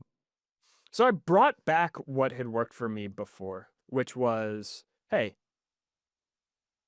I'm playing against a guy who doesn't even know how to spell a solver, right? He doesn't know how to spell pile solver. So like maybe against this guy, I should go back to playing what are my two cards and what do my two cards want to do? And maybe I can take some of that theory stuff I learned. And when I'm playing against some of the tougher regs of 5, 10, 20, maybe that's the time to start applying it. But when I'm in a pot against a guy who's 4 beers deep, maybe not, right? So like I started trying to apply it in the spots where it was more applicable instead of just this overall encompassing, like, let's play a good theoretical game. I got too trapped in, I want to play good poker. And at the beginning, I did not give a shit about playing good poker because my identity was not wrapped up in poker at all. And as my identity became more poker and the music became more on the back burner, I think the problem was that, hey, I want people to think I'm a good poker player. And so let's play what looks like good poker. And I think I got way too fixated on that. And I pulled that back and realized, hey, what makes a good poker player is how much money you win at the end of the year, right? Not what the reg in seat 3 thinks if you're good or not. Who cares? Who cares? If I make more money than him, who cares? Yeah, it comes back to this kind of analogy again of the fears of making mistakes, fears of not being good or looking good, and then being willing to be brave and go for the exploits, go to the dance floor, go ask the girl out, be like step into the discomfort of the unknown, but also with an element of confidence in yourself that you can handle it. So, one question I want to ask around this is, how do you develop the confidence in yourself to be able to do this dance, to play this exploitive style, and to find the solutions? So you mentioned that the top 1% of players have curiosity. And the way you're speaking here, I can tell you've got that dialed in and you're able to think of what would these two cards want to do and then come with an exploitive strategy against Big Jeremy to do that. But other players might be like, okay, I understand what you're saying, but I maybe don't have the confidence in myself to come up with these exploitative strategies against these players. So for you, how do you build confidence that you were this kind of problem solver who could play in the kind of uncertainty but come out on top of it? Because every day when I would sit down to write music, I was depressed. I was not excited to do it. And then I thought, you know what? Let's open up Pile Solver and let's start looking at like what the equilibrium here is in this spot. Let's see how this guy's maybe deviating. Let's go on YouTube and let's like learn how to node block. Let's start playing with this and let's figure out like, oh, well, if he checks these hands, and that just like, I was excited.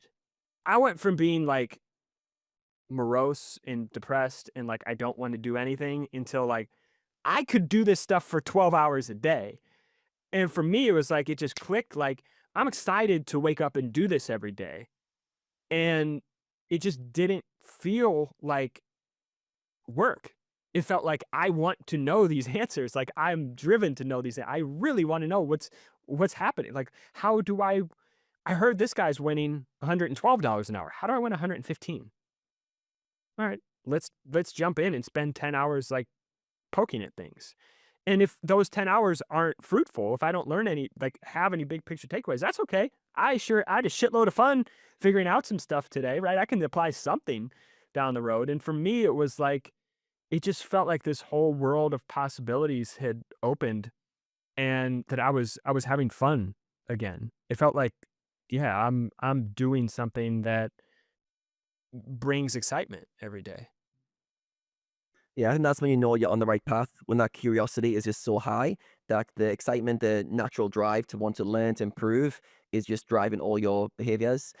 I'm curious to know, um, can you tap into this? Can you hack your way into curiosity? So let's say players are not feeling that same excitement. They want to get better, but they're a bit like you with music. They're like, oh, going to the solver, looking at some stuff. They're like, all right, gotta do my drills. They're like trying to think of some strategies. Is there any ways you can think with your players that you do to cultivate more excitement, more enjoyment, more curiosity with a player who maybe be lacking that? Why are you playing poker then? Right? Like, what do you want from poker? What do you want to get out of it? And if you don't enjoy studying, if you don't enjoy the learning part of it, if you don't enjoy the let's dig in and jump in this like, why are you playing? Maybe it's just like, well, I enjoy socializing at the table. Maybe it's like, I enjoy playing with friends for a few, but like, if you're not obsessed over it like I am, that's okay.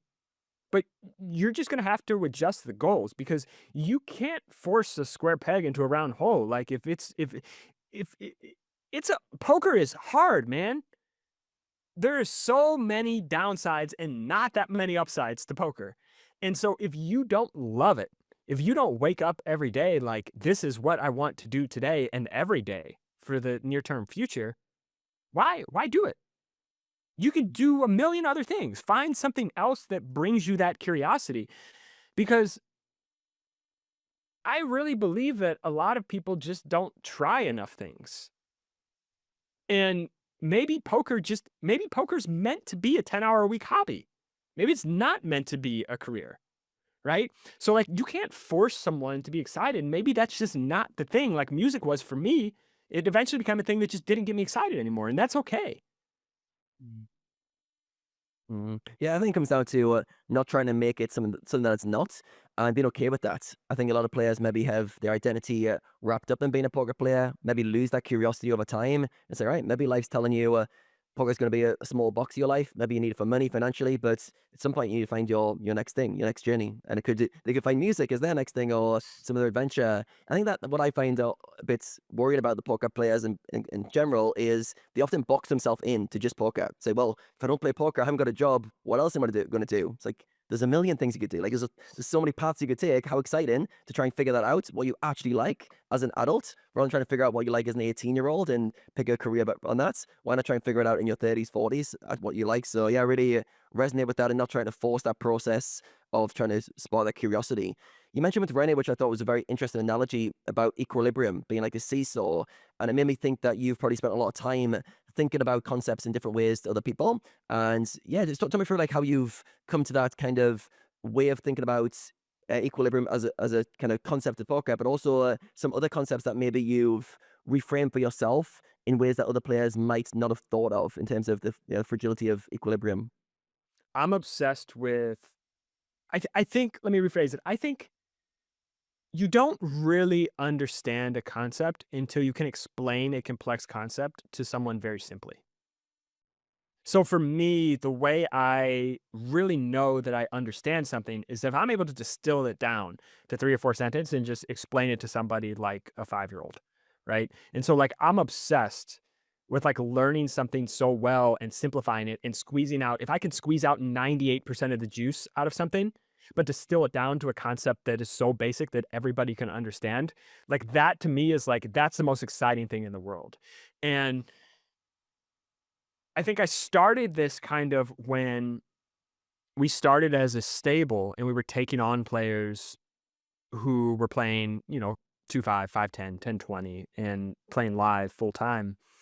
And eventually we got to the point where we had 20 plus players all over the country.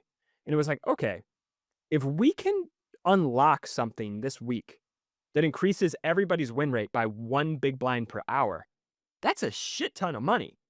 And so we were just obsessed, Gethin and I, my business partner, we were just obsessed with like, let's just dive into the data. Let's just dive in and how can we improve out of position single raise pots? How can we improve 3-bet pots in position? How can we give these guys more of a framework so that they can all just slightly increase their win rate this week? What should we work on this week? And we were just obsessed with it. And that's where like the building blocks of like all of these kind of strategies that we've put together, the foundations of how we think about live poker just kind of became crystallized because we both had all these ideas, but they weren't something that was, it's just like, okay, like think, what is this guy's 2 cards? How does your hand want to play against it? You can't just tell somebody that and have them go play good poker, right? So we had to build guide rails. We had to build an entire framework. We had to build a system.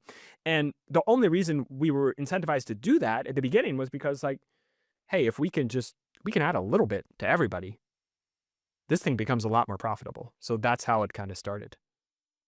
Yeah, I love it. And yeah, as you mentioned, if you're an expert in something, you have to be able to distill that very simply to a 5-year-old or of that kind of level. And that's actually really hard to do because you need to extract what the core essence of the thing is and remove everything else. And you need to know what can I remove and what can't I remove. So when you used equilibrium as a seesaw analogy, I instantly saw that working. So I was like, okay, yeah, it carries the same baseline of there's a point where it's kind of static, but also small changes can completely change the dynamic of what equilibrium looks like. It's like a very simple thing, but once you see it, I can understand it. A 5-year-old can understand it, and that shows like, all right, you haven't lost anything of value from the concept. Maybe a small few nuances, but overall, you've captured the essence. I think that's a very hard skill. Like it's not an easy skill to learn. So yeah, I was impressed with that one. I'm curious about other ones, but maybe later in the conversation we can uncover a few. And I want to go into your journey, and we've got you to so far go for a downswing in 2018. We've got you to kind of quitting music in around COVID time and deciding that poker was going to be your path, and things starting to pick up from there. So yeah, let's jump in the story. COVID times. Talk us through first of all how you were getting through that period and how that set you up for further success.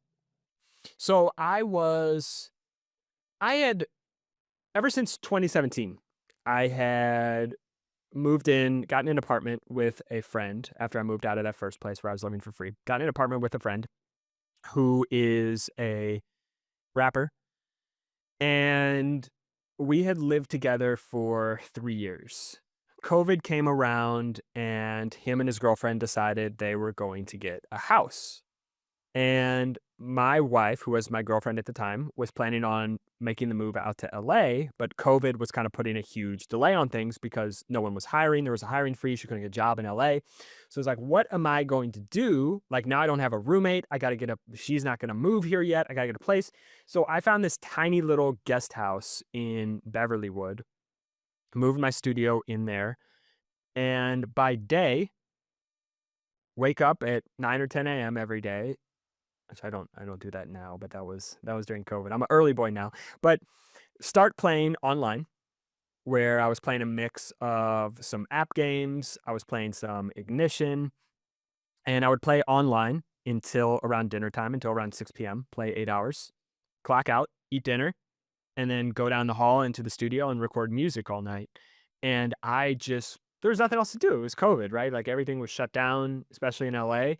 And so I just worked 8 hours a day on poker, 8 hours a day on music, and that was it. 7 days a week.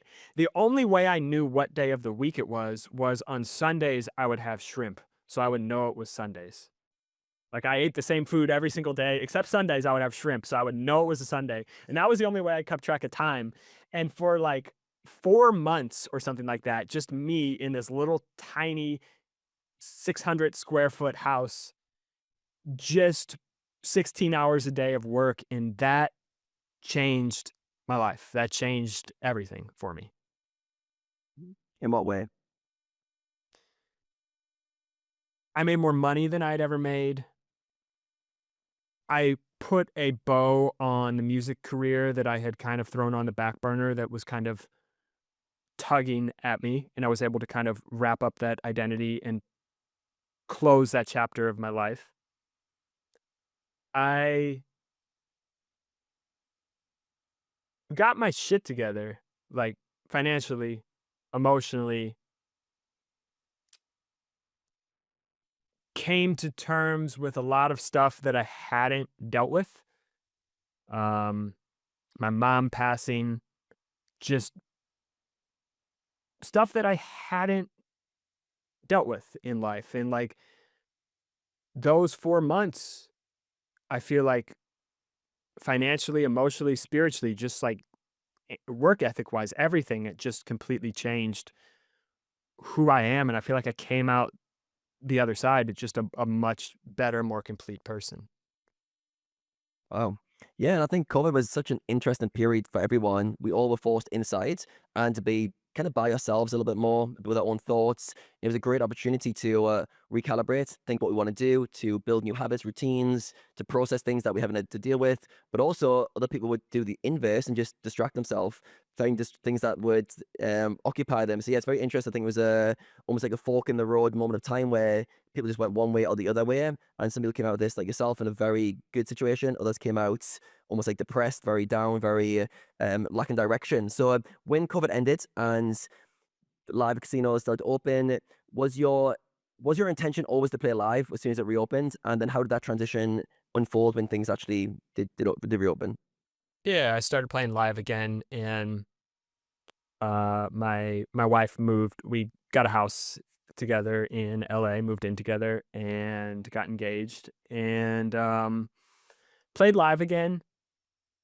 And I was kind of disappointed with it because I felt like I'd reached a ceiling. I felt like I'd climbed a mountain and was at the kind of the top of the mountain, and there was no more mountain to climb. And so that kind of started the next chapter because live public games, even in a place like LA, the biggest you can play is like 10-20, 10-20-40. And when you've been playing those games for a while and you've been beating up those games for a while, like it's like, okay, this is fine. The money's good. I'm doing well, but what's next? Like what is the next progression? And I kind of ran into that head first after COVID because those were kind of the same stakes I had played in 2019. And so I wanted to do something bigger, do something better. I knew I had to have a change. And where that change lead you to? Well, there were three options. It was either go down the private game route, which I didn't want to do for a lot of reasons. Cheating, the people, um, just kind of a dark place in general, the private games in LA. Had some friends who had spent a lot of time in those games and didn't want to go down that route. The other one was okay, so I could play tournaments because tournaments, everything's public, right? So like I could just play like large field MTTs. I could play big buy-ins. Like, let me try that.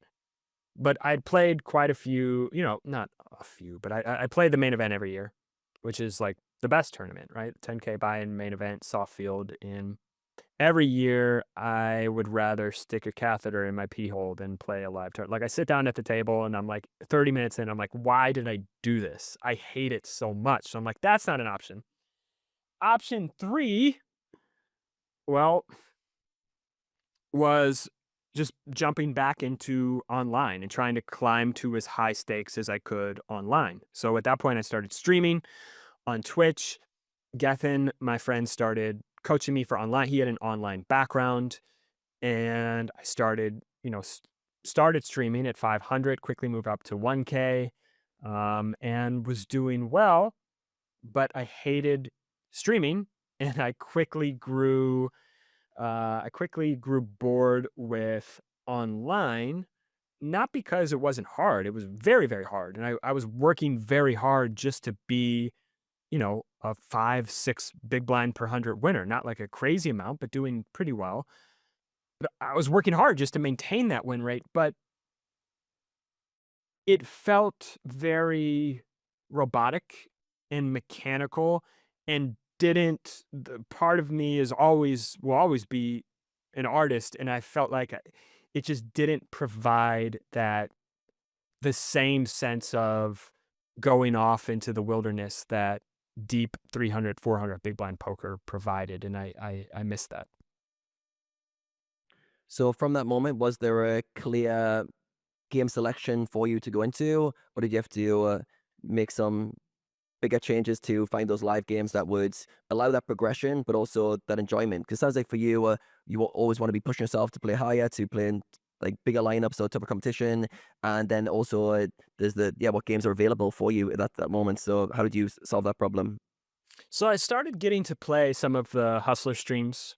I was playing as big as like 100, 200, 200, 400, and that was great. But I just didn't have access to those games enough. I would get to play those games maybe on stream, maybe twice a month, and then off stream, there would be like a game that would run once a week, and I get invited to the game like once a month. So I was getting spots in those games once a week, which just wasn't really enough because I had all this other time. So it's like, what do I do with all this other time? And that's when, I had a friend that was moving back to LA. He wanted to play 510. I was like, you know what?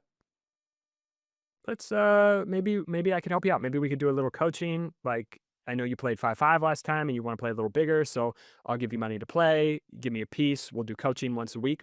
Started doing that with him. There was another player I had met during an app game I had played during COVID. And this guy was a maniac. But I could tell he was a smart maniac. He was really bad, but he was one of those guys who just had no fear. Just zero fear. And I find that's like really, really hard to find. And I connected with this guy. I reached out to the guy who ran the app game. I'm like, who is this guy? And he's like, oh, he lives in LA. I'm like, wow, okay. So I reached out to this guy and I'm like, hey, this is weird, but I'm so-and-so on the app, like just wanted to talk. We talked on the phone.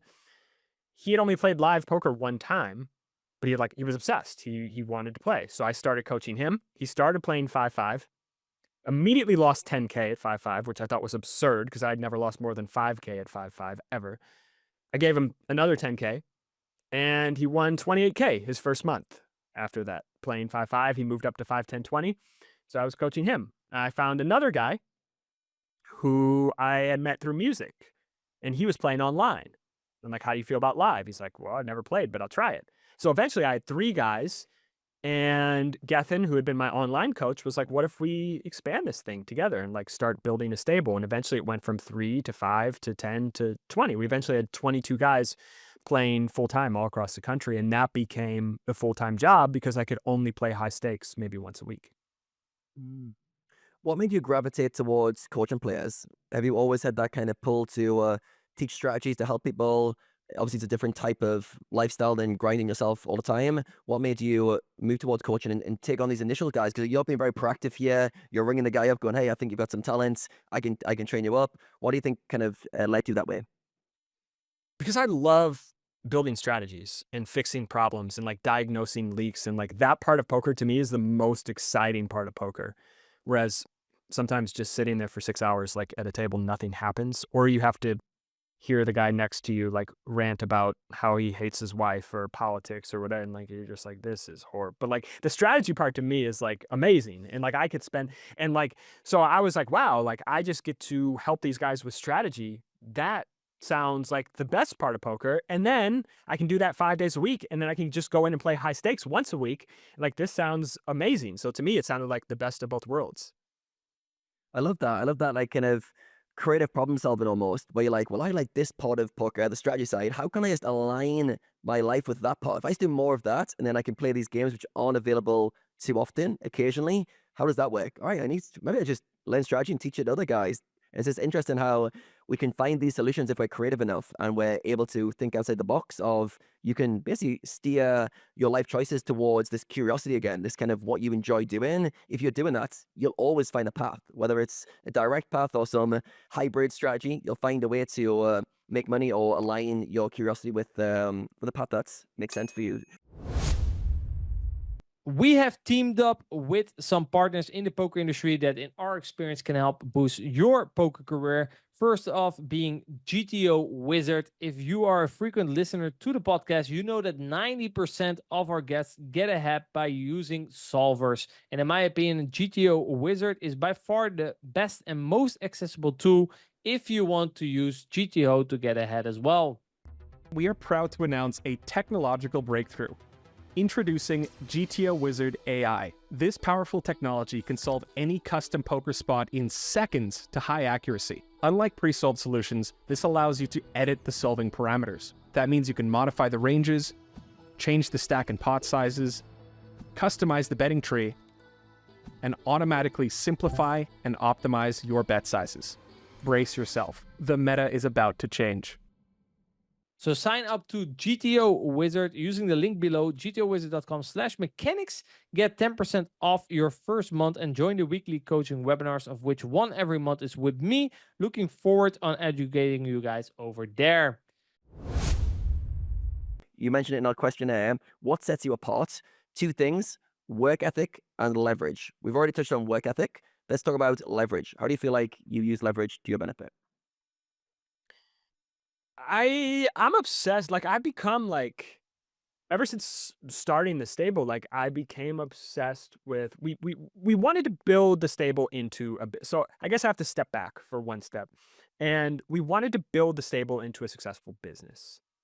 And of the players we took on, we had an interview process that we constantly refined and we got better at. But we were still shit at picking players. Like they go through the interview process and some of them they would all turn into winning players, right? They would all turn into winning players. They would make money. And then something would snap. They'd lose 5K and something would just break. Where they would all of a sudden just lose all their confidence and start playing horribly, or they would just quit. And they'd be 8K in makeup and they would just quit and we'd never get that money back. And we didn't know how to fix that because we could help people with strategy. We didn't know how to help them with the mental side. We didn't know how to help them with work ethic. And those were the two biggest hurdles. And the business was making money, but for the amount of time we were putting in, we were like, you know what? We could just go play 10-20 and make way more money.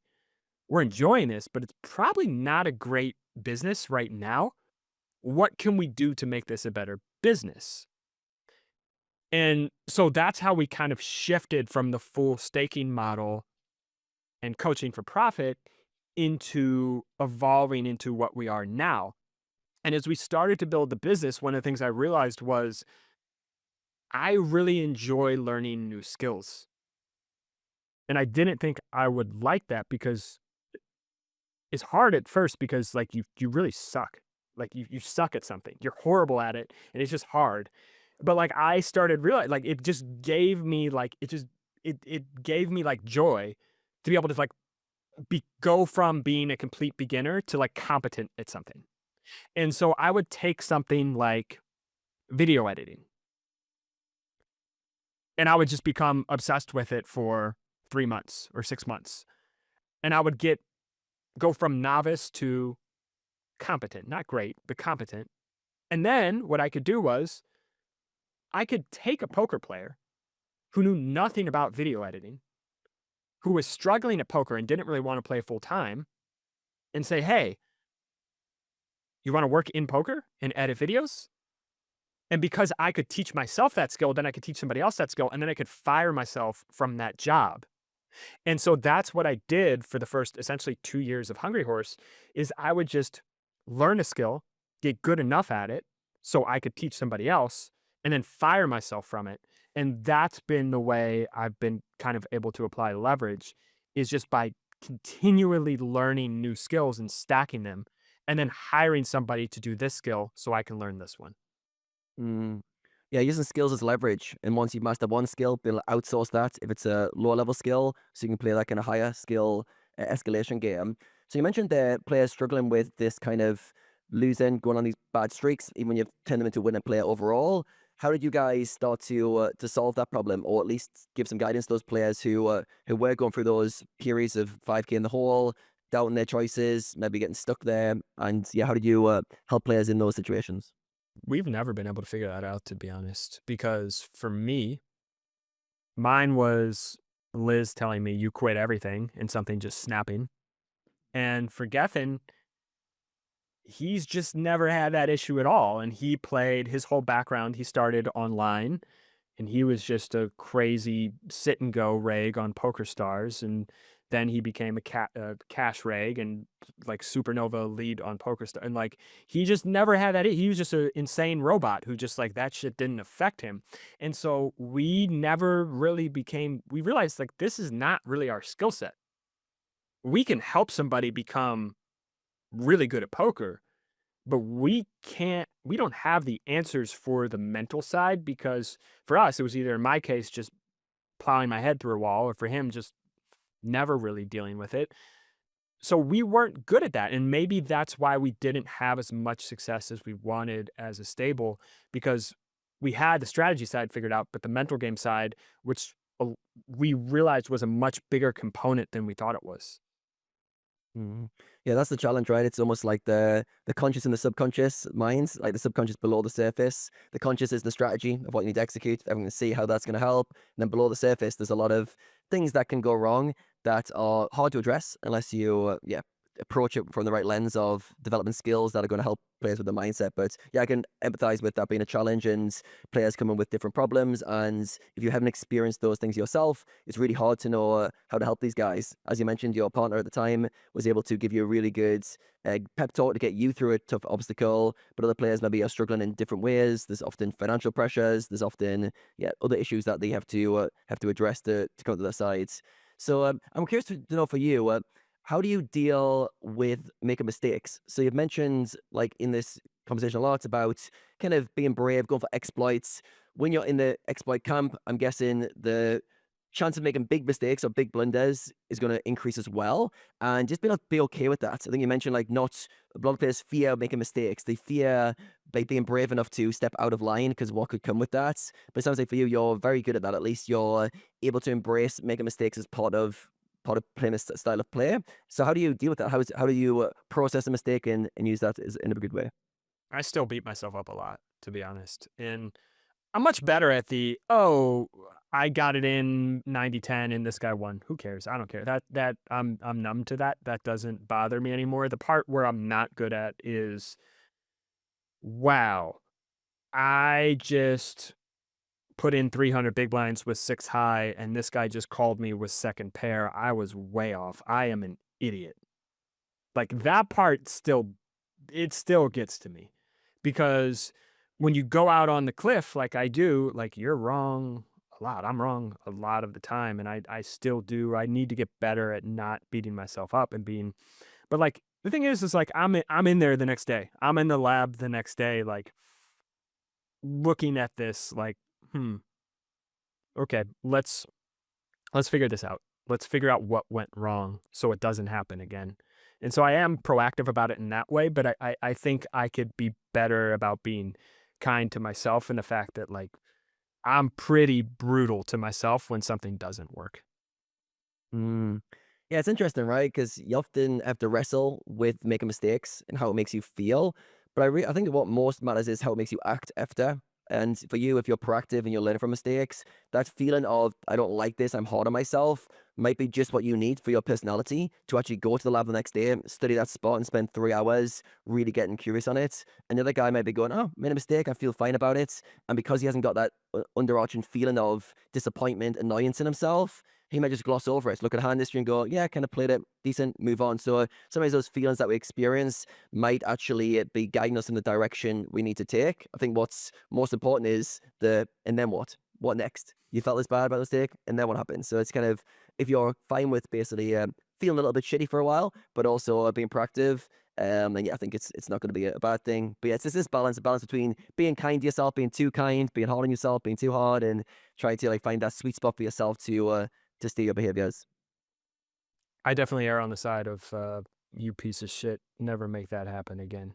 But like I can't sleep until I can't sleep until I've spent 3 hours looking at it. Like now I know the answer. It won't happen again. I know the answer now. It's like I won't be able to do anything until I have that answer. Yeah, it's interesting. I always feel like the optimal is like a midpoint between two extremes. So it's like you're really, really hard on yourself. You just beat yourself up so strongly that you can't make any progress because you're just ruminating about what an idiot you are. On the flip side, there's the guy going, "Oh, it's fine with it. I don't care. No, not a care in the world. Just another mistake, part of the game tree." And you've got the guy in the middle who's like, mistake, kind of sucked. Should probably work on that. Let's get to it. And I don't like this feeling. So it's like the midpoint of those two extremes. And often, as you mentioned, like with the equilibrium analogy, when you're far one way, you often need to go far the other way. You mentioned with questions on like river spots. The same with like kind of character traits. If you're quite far one way, you often need to go far the other way. Like the guy who's a bit of a pussy, too kind on himself. It's like do some hard stuff, build some mental toughness because you're too kind of soft on yourself. And the guy who's a bit more David Goggins, put himself through hell. It's like, all right, we can bit of self-compassion might go a little bit more towards that midline. And it's really hard because like the optimal for each person is kind of different, and there's no like kind of set like that is the way to do it. But often, if you're too hard, more kindness. If you're too kind, a bit more toughness, and trying to navigate those kind of paradigms. All right, I'm going to tag in Rene now, as I noted that you mentioned how much of a gravitation you had towards learning strategies and, yeah, kind of correlating your kind of days with studying, getting better at poker. And Rene, this was kind of similar for you. You had this similar curiosity of you enjoyed going deep into solvers, deep into strategies. How do you feel like players who maybe don't have that itch to go that deep, how do you feel like they can miss things? I'm trying to figure out like, the gap between you two, Marc and Rene, who do like to go deep on strategy. When players don't go as deep, what do you feel like they miss? I think there's definitely one thing that we touched on. They don't have a bigger goal. For me, most of the learning happened when I set it a bigger goal than just paying my bills, because that's then triggers the question of, okay, well, if I want to try to become the best, then what should I do, right? Oh, how can I win? How can I double my win rate in this game? Well, let me think about that. Maybe that kind of higher goal forces you to think different about what you're doing, because your current approach led to a current win rate. So if you want a higher win rate, you need to change your approach. So then you start to rethink everything that you're thinking. And that, I think, in my opinion, in my experience, is the only way. And it sounded like for Marc it was the same, correct, Marc? Yeah, exactly. Yeah, so I would say that's probably the most important thing. And in that, man, in that, like, fear will come up. You have to step out of your comfort zone. You have to face certain things. I think earlier in the conversation you talked a lot about setting, for example, a higher goal and trying to move up stake, for example. And I don't recall exactly what you guys were saying, but you know what I find, that how we can get people out of that fear. I think we talked about aggression, right? Applying a lot of aggression. The key is to get out of that fear. You have to make people see that what they're currently doing is more fear or is worse than their new approach. And how do you do that? By zooming out. So let's say, for example, you want to move up. Okay. I've had this with some students who stayed stuck at like 200 NL or 500 NL. They were associating moving up with more fear and more risk than staying at the same level. And I try to make them see, okay, let's say you don't move up, you don't take that shot, and you just stay here. Let's zoom out 1 year, 2 years, 3 years. And then you start to see that your current approach is actually way more risky and it will lead to way more fear than taking that shot and having this opportunity of like way bigger success. Or if that shot fails and you find out that poker is just not for you, you prevent grinding years and years and years and staying stuck at 200 NL and being miserable. It's better to find it out right now and spend all this time. You're still young, and go do something else, right? We talked about that. There's plenty of other opportunities. So seeing that stagnating and staying where you are is way more dangerous than taking the shot. That, in my opinion, is how you get people out of that fear. Does I that love that so much. seem to resonate? Yeah, that's really good. I wanted to touch on actually a couple of things. I thought the mental game side that you're talking about, especially for the strategy, and like I said, I listened to a lot of your videos. Yeah, it's very aggressive, and like I said, it's also what you saw the struggle with, right? If your calibration is off, and the guy called, it's very sensitive to the mental game to play a very aggressive, exploitable style. So naturally, mental game will be tougher. And what I find then, for example, online, it's a bit harder to, for example, pound on a hotspot if you can just show the data, right? The data doesn't lie. Whereas in life, you cannot really show the data, and it's a bit harder. I think it's easier for people to build on the strategy. Because especially, let's say, for example, they implement it and you have short-term bias, you have a short-term outcome where the first 3 big bluffs that they made, they did not work. Well, good luck keeping that guy on board in that strategy. It's the strategy, and I experienced the same thing. The strategy in isolation itself, helping people with strategy, is not the problem in coaching players. It is really not. It is mental game. It is performance aspect. It is soft skills around that. It is managing their career. These are, in my opinion and in my experience, coaching a lot of players, that's the hardest part, right? And you guys also mentioned, and finding the right players, right? You also mentioned that. I was actually curious, like, what are like red flags that okay, this guy, bad news. This is not someone who you should coach. Maybe for some fellow coaches out there, what are some red flags? Yeah, so for the stable, We had a ton. The first was like anytime they mentioned I have plenty of money, red flag. They don't have plenty of money. Because if you had plenty of money, you would not be coming to us to stake you. Right? That's a big red flag. Or like I used to play this game. Now I play this game. Red flag.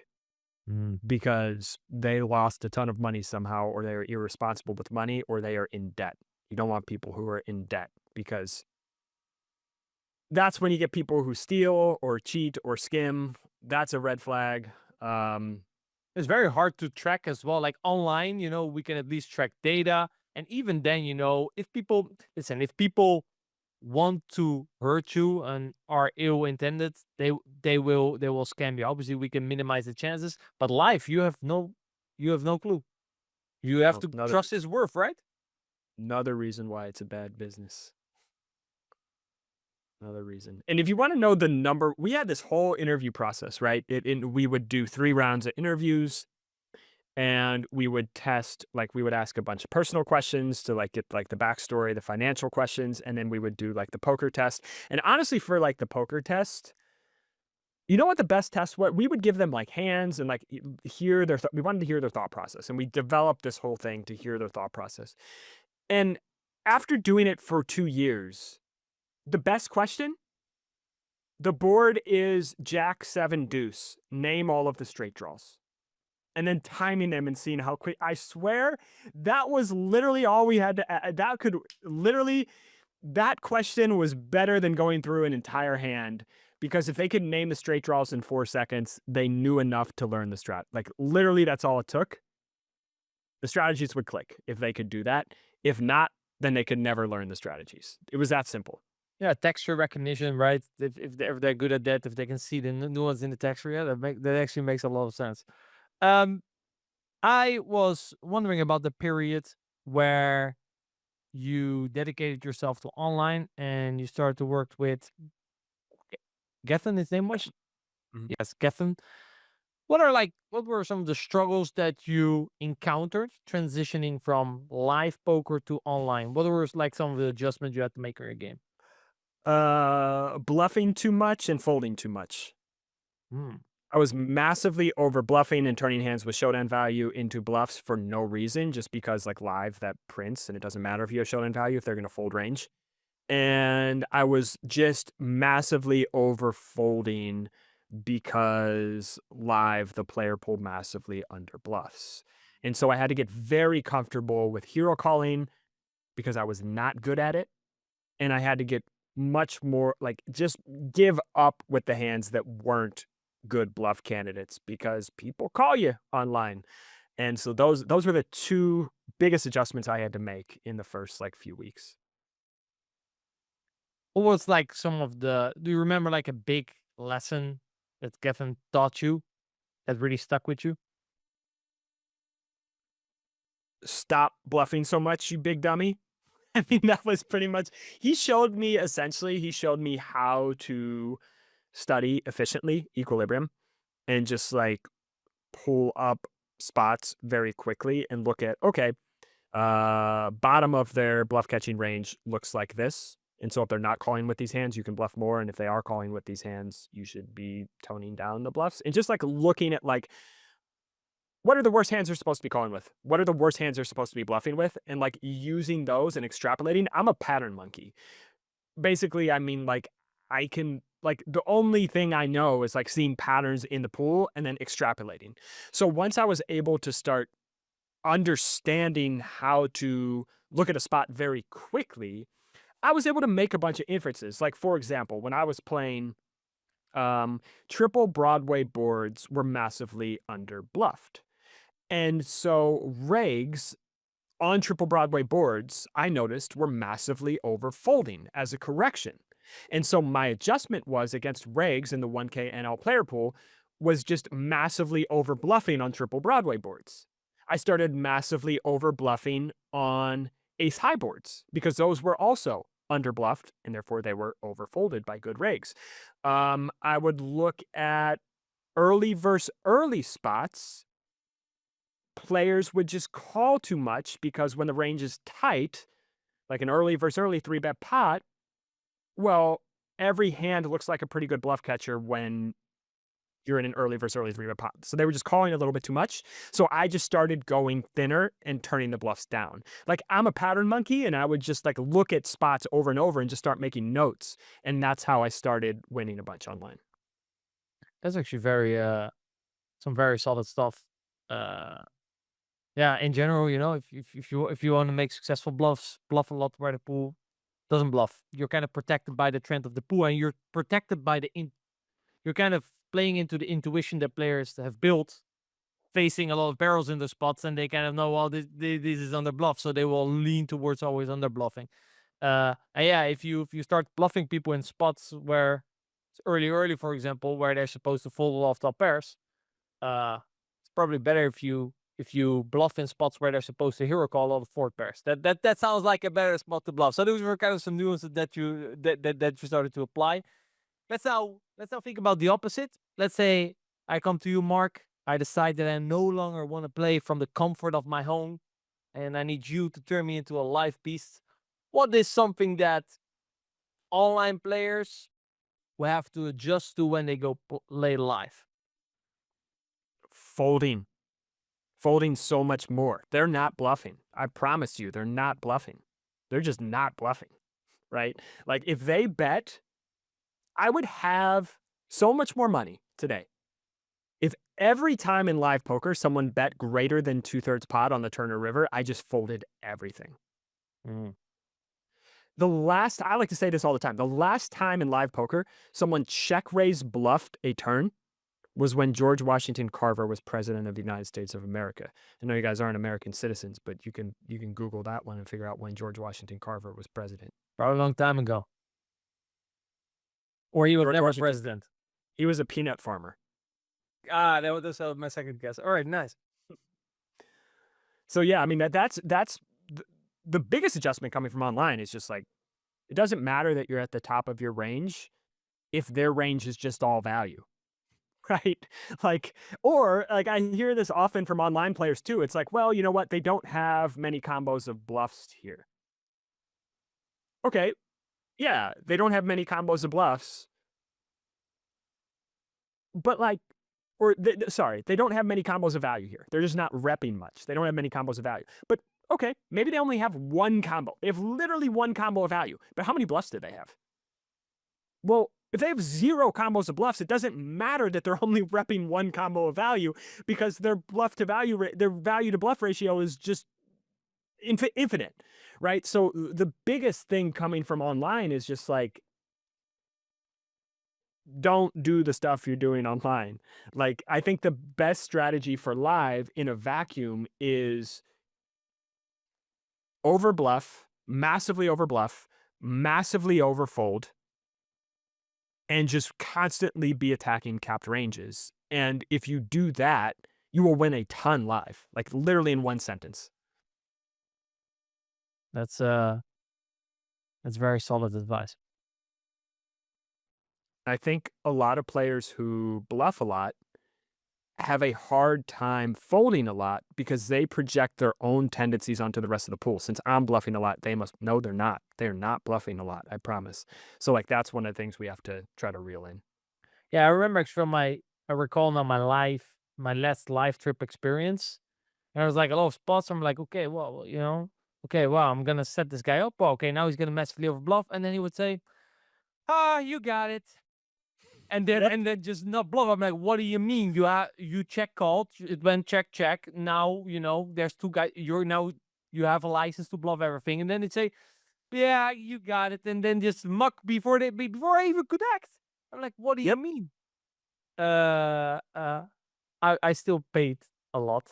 That I should have listened to your adjustment. It didn't work out, did it? The pain. No, most of the time it didn't.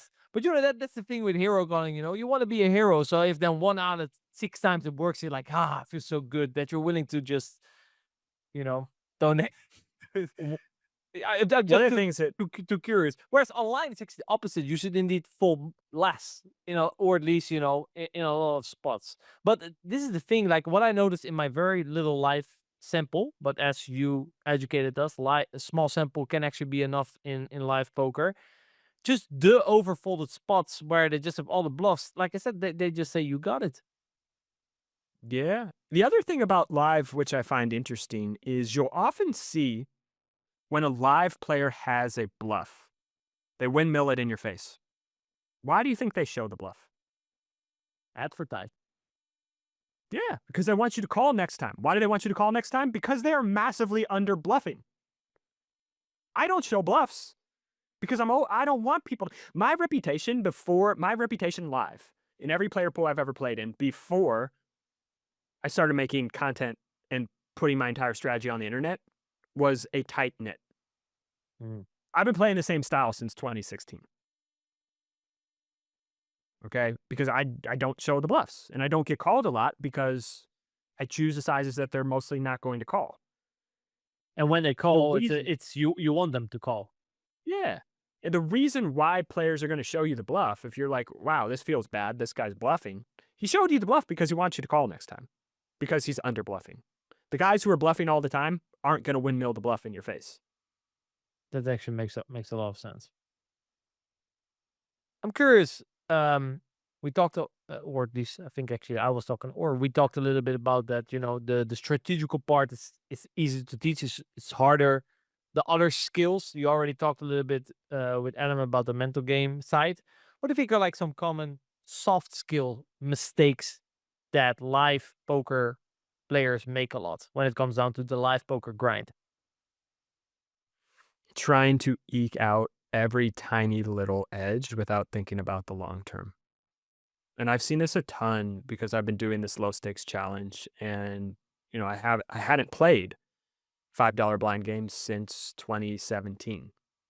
And I'm seeing this quite a bit where it's good action player over there, let's table change. Good a big whale sits down, let's seat change. It's like these guys who are donating a ton of money, they know what's going on. They're poker idiots, but they're not idiots, right? And like, if these skills may not be the most valuable skill in the world if you're just going to play 5-5 your entire life, but if you have any ambition, if you want to move up, the pool of fish and whales gets smaller and smaller and smaller. And if they don't like you, if you are not an enjoyable presence, if you're not a person that they want to have at the table, you're just not going to get to play with them. So like being a person who's willing to give up a little bit and not take every tiny little inch, think about the long term. And I think that is a really underlooked skill live. You also mentioned that you were looking a lot when you were coaching. Actually, your transition to coaching story was actually very similar to mine. I remember I'm also a strategy fan. You know, I was playing poker because I had to, but I would prefer to just do strategy all day, every day. So then I was like, you know, I think back then, you know, I heard about you should try to find a way to get paid doing what you like. It was like, well, I play poker, but I like strategy. So it's like, well, why don't I just get a bunch of students and I build strategies for them? They play with my strategies. So I can then do what I like, which is study and make strategies, and they can do the playing, which, you know, I enjoy less. So that's exactly we transitioned into coaching for like a very similar reason. You mentioned that you were starting to look at, okay, we have all these players. What small adjustment, what tweak can we make in their games that would add like some to their win rate? What areas had you found that had the biggest impact on their win rate? The first one we made. So we were just having guys in position. Our strategy is still very, very similar. We've made some changes, some tweaks, but the strategy was in position. We're just going to range bet every board, every texture, heads up, no matter what, because they play poorly against range bets and they're too wide. The strategy out of position was we're just going to range bet every board, every texture because they play poorly against range bets. And what was happening was our guys were in position. The bluffs get through because when they have a good hand from out of position, and the board is wet or the board is dynamic, they tell you they have a good hand before the river. In position, when they are in position and we're out of position, that is not the case. They feel much more comfortable trapping when they are in position because they get the last action. And if the flush comes, they get to see you bet first. They know what to do, right? They feel much more comfortable trapping with strong but vulnerable hands in position. So the biggest change we made early on was we went to a complete range check strategy out of position in almost every single spot. And the reason behind that was, one, live players massively overstab. They do what I call monkey stabbing when you check to them. Whereas, like, if the board is queen, 7, deuce, they'll just stab with pocket sixes. Why? I don't know. But they'll do it all the time. They just stab with any hand that the mergey kind of stabs. See what they're stabbing? They couldn't tell you why they're stabbing. If it's for value, but they don't know. So, like, they overstab, number one. Number two, and this is very indicative of live players, that does not happen online. Online, you click a button, 33% pot, 66% pot. Live, what happens is, particularly when the board is dynamic, when they have a good hand, they stab a little bit bigger. When they have a medium hand or a draw, they stab a little bit smaller. So all of a sudden, they just start immediately telegraphing their hand strength when you check to them. Number three, the third incredible thing that happens when you check your range out of position to live players is they never, ever, ever, ever protect their check back range. So if they check back on the flop, you have complete license to bluff with anything across turns and rivers because they just don't have a good hand. Now, I say never, ever, ever. Could they, on a ace-7 deuce board, check back pocket sevens 8% of the time? Okay, fine. But the bluffs absolutely print when the flop goes check, check, because their range is just so weak. It is so weak because they stab so much on the flop. Like my favorite example, like a wet dynamic board, like jack-9 deuce with a flush draw, the chances that they check back a jack are like less than 5%. Right? And so when they check back the flop, the best hand they ever have is pocket 10s. And so are they calling 2x pot, 3x pot with pocket 10s? No, never. So when we implemented this range check strategy, all of a sudden win rates just went way up. And this is like the consequence of information given away and range imbalances. In general, the EV of check goes up. You could even there are some boards that also in position are really favorable for info checks. And in general, there's just some boards that are in general more favorable for info checks because of the way that people strength their hand, right? And then basically you fold to their bet and you attack their check, right? Because they're very transparent. And actually, a lot of these things apply online as well, especially blind versus blind situation. If it goes check, check, obviously, very often you can just bet the strength of your hand because they've kept themselves, and that kind of unlocks you from having to play balance yourself.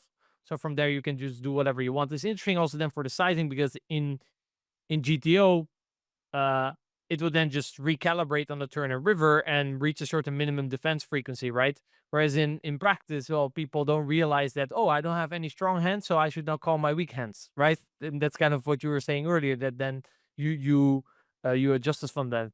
You mentioned that Jack-9 deuce flop, man. What's up with that? Every YouTube video that I see Jack-9 deuce. That was the first board that I went through and started node locking. And when I say node lock, I mean lock every single turn and then every single type of river. So I would lock the turn, every single turn, and then the river, if the turn is a flushing card, let's lock a blank river. If the turn is a straightening card, let's lock a blank river, a 4 straight, a flushing river, a pairing river, etc. So like the first lock took me probably 3 weeks to do one spot, and it happened to be Jack-9 deuce, and that was the first one that we did from single raise pots out of position. So that just kind of became like, this is a pretty good board to just indicate a lot of these concepts. Interesting. I have a Jack-8-5 rainbow. If you ask me, usually if I go to an example, I always come out to Jack-8-5 rainbow Because if you want to give an example, it's the board, especially rainbow, where you're not restricted by any, I like to call them like forces of equity. It's exactly the board where all the hands will just do what they want to do. So if you want to explain why hands check, why hands bet small, why hands bet big, on that board, it just does everything. So I always lean to that board. It's very interesting. I started to notice that, but every time I thought I would come up with a random example, guess what? Jack 8-5. There it is. You know, it had some gutters, but there's no straight, you know. So it's there's a lot of interesting dynamics going on. What else did I want to ask you? You are a very big advocate, and you explained that because range betting every board in position. Usually, I think Except one. the ace high board. Yeah. You see, I'm a loyal watcher because you can explain it to the fans. One, live players, they just call way too much with ace X. So like if you open from the cutoff or whatever and they call in the big blind, if you look at like the hands they're calling with, well, first we started coming to this idea when we were looking at like mass data from fish at like 50 NL. But then we saw it, like this applies live. Like they're just calling with like ace 6 offsuit, okay? So like when the board comes ace XX, they just have a ton of top pair. That's number one. Number two, the board is ace 7 deuce rainbow. This is one of the rare spots where they just don't fast play. They don't. If they have ace 7 or pocket 7s or pocket deuces, they're not going to tell you that they have that hand. So the problem is if you choose a small size and you just range bet on the flop, well, then what are we doing on the turn with our air? Because if we bet small again on the turn, well, they've just called way too much pre-flop with ace king and ace queen because they're live players and they don't 3-bet that stuff from the big blind. So if we go small on the turn, now the pot is small, and no matter what size we go on the river, they're snapping you off with ace king or ace queen. And if we go big on the turn and start overbetting, well, yeah, maybe we can get ace king or ace queen to fold on the river. If we go big bet turn, jam river in a single raise pot, 200 big blinds deep, sure. But then you overbet the turn, you don't give them a chance to raise off 7s and deuces and ace 7. You just run into the top of their range with air. That's not good. And so we couldn't solve this problem. And so we started playing around with, well, you know what? What if we play big bet or check? And the cool part about big bet or check is we end up checking 90+% of the time. And you know what happens when the flop goes check, check, like you were just talking about a couple minutes ago? Well, they just come out on the turn and now they tell you their hand strength. And what we've realized is if the flop goes check, check on the ace high board and they come out and bet less than half pot or half pot on the turn, floating with our entire range is now profitable, right? Because like they just split their range on the turn and they either bet really big when they have strong hands or they set the trap and go for the occasional rare check raise, but they never bet small when they have pocket 7s or ace 7 or ace king. And so the big bet or check strategy started, we applied that one in position on these ace high boards. Yeah, in general, and this is also what I was referring to earlier. When you're in position, if there's board where on turn people should do a lot of checking, a lot of slow playing, these are very sensitive to info checking. So indeed, like ace high boards, if you look at their check frequency, it probably has to be, I don't know, maybe they can bet 20% if I'm generous. But what they do is they just bet an ace and they check weak.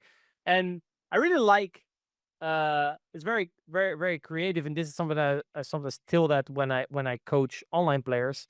Because online players would have range board because it's range bet because it's a good board for them. And that's kind of the criteria on. But especially in the environments of those players that give away information, EV of check just goes up. If you have a thin hand on the turn, in a turn barrel spot, for example, well, if the guy is gonna bet half pot with his weak shit and pot with his strong shit and check his other weak shit, you can play perfect. So the EV of check just goes up through the roof. So I really like how you used or how you build the strategy around an environment in which information is transparent and realize that, oh, wait, we should get into a node where they tell us what they have so we can play perfect. Like, obviously, this doesn't exist in GTO because if you check back GTO, well, GTO is gonna play a perfect range, right? GTO doesn't give away information. So we have to think about, and that's also what we talked about earlier, kind of open up your mind. Well, our opponents are playing suboptimal in which way, and how can we capitalize on that? And I think this is a good example of capitalizing on the fact that people give away information. And so many players are like, well, range betting is going to be profitable because they just have so many hands. Yeah, that's true. Range betting is profitable, but that doesn't mean it's the most profitable, Yeah. right? Because we have to think about what happens on turns and rivers. And I think like a lot of live players have trouble with delayed gratification. Mm. Because if we have air, we don't need to make them fold right now, especially because what's going to happen if they have air? Well, if they're passive, they're going to check the turn, we bet, and we still get them to fold anyway, and then we lose 0 money against the ace X. Or if they're aggressive, they come out and bet half pot on the turn, we get to float with our entire range, and they either check and give up the river, or they bet small again on the river, and then we just get to raise with all of our air, and now we just got 2 streets from their air. So, like, It's extrapolating, like, it's often also just sort of delaying a decision. Like if you just range bet flop, it's you don't have to make a decision on that. Whereas if you check back, you sort of always have to make a decision. So I feel like a lot of the range bet in spots for the argument, well, population overfolds, then I often say, yeah, well, they also, if you check, they also make a mistake. And if you, the conclusion is they make mistakes everywhere. If you're just gonna purely go range bet because that's where the mistake is made, sure, it's the easiest ways. The way I like to do it, obviously, also my environment is a little bit different.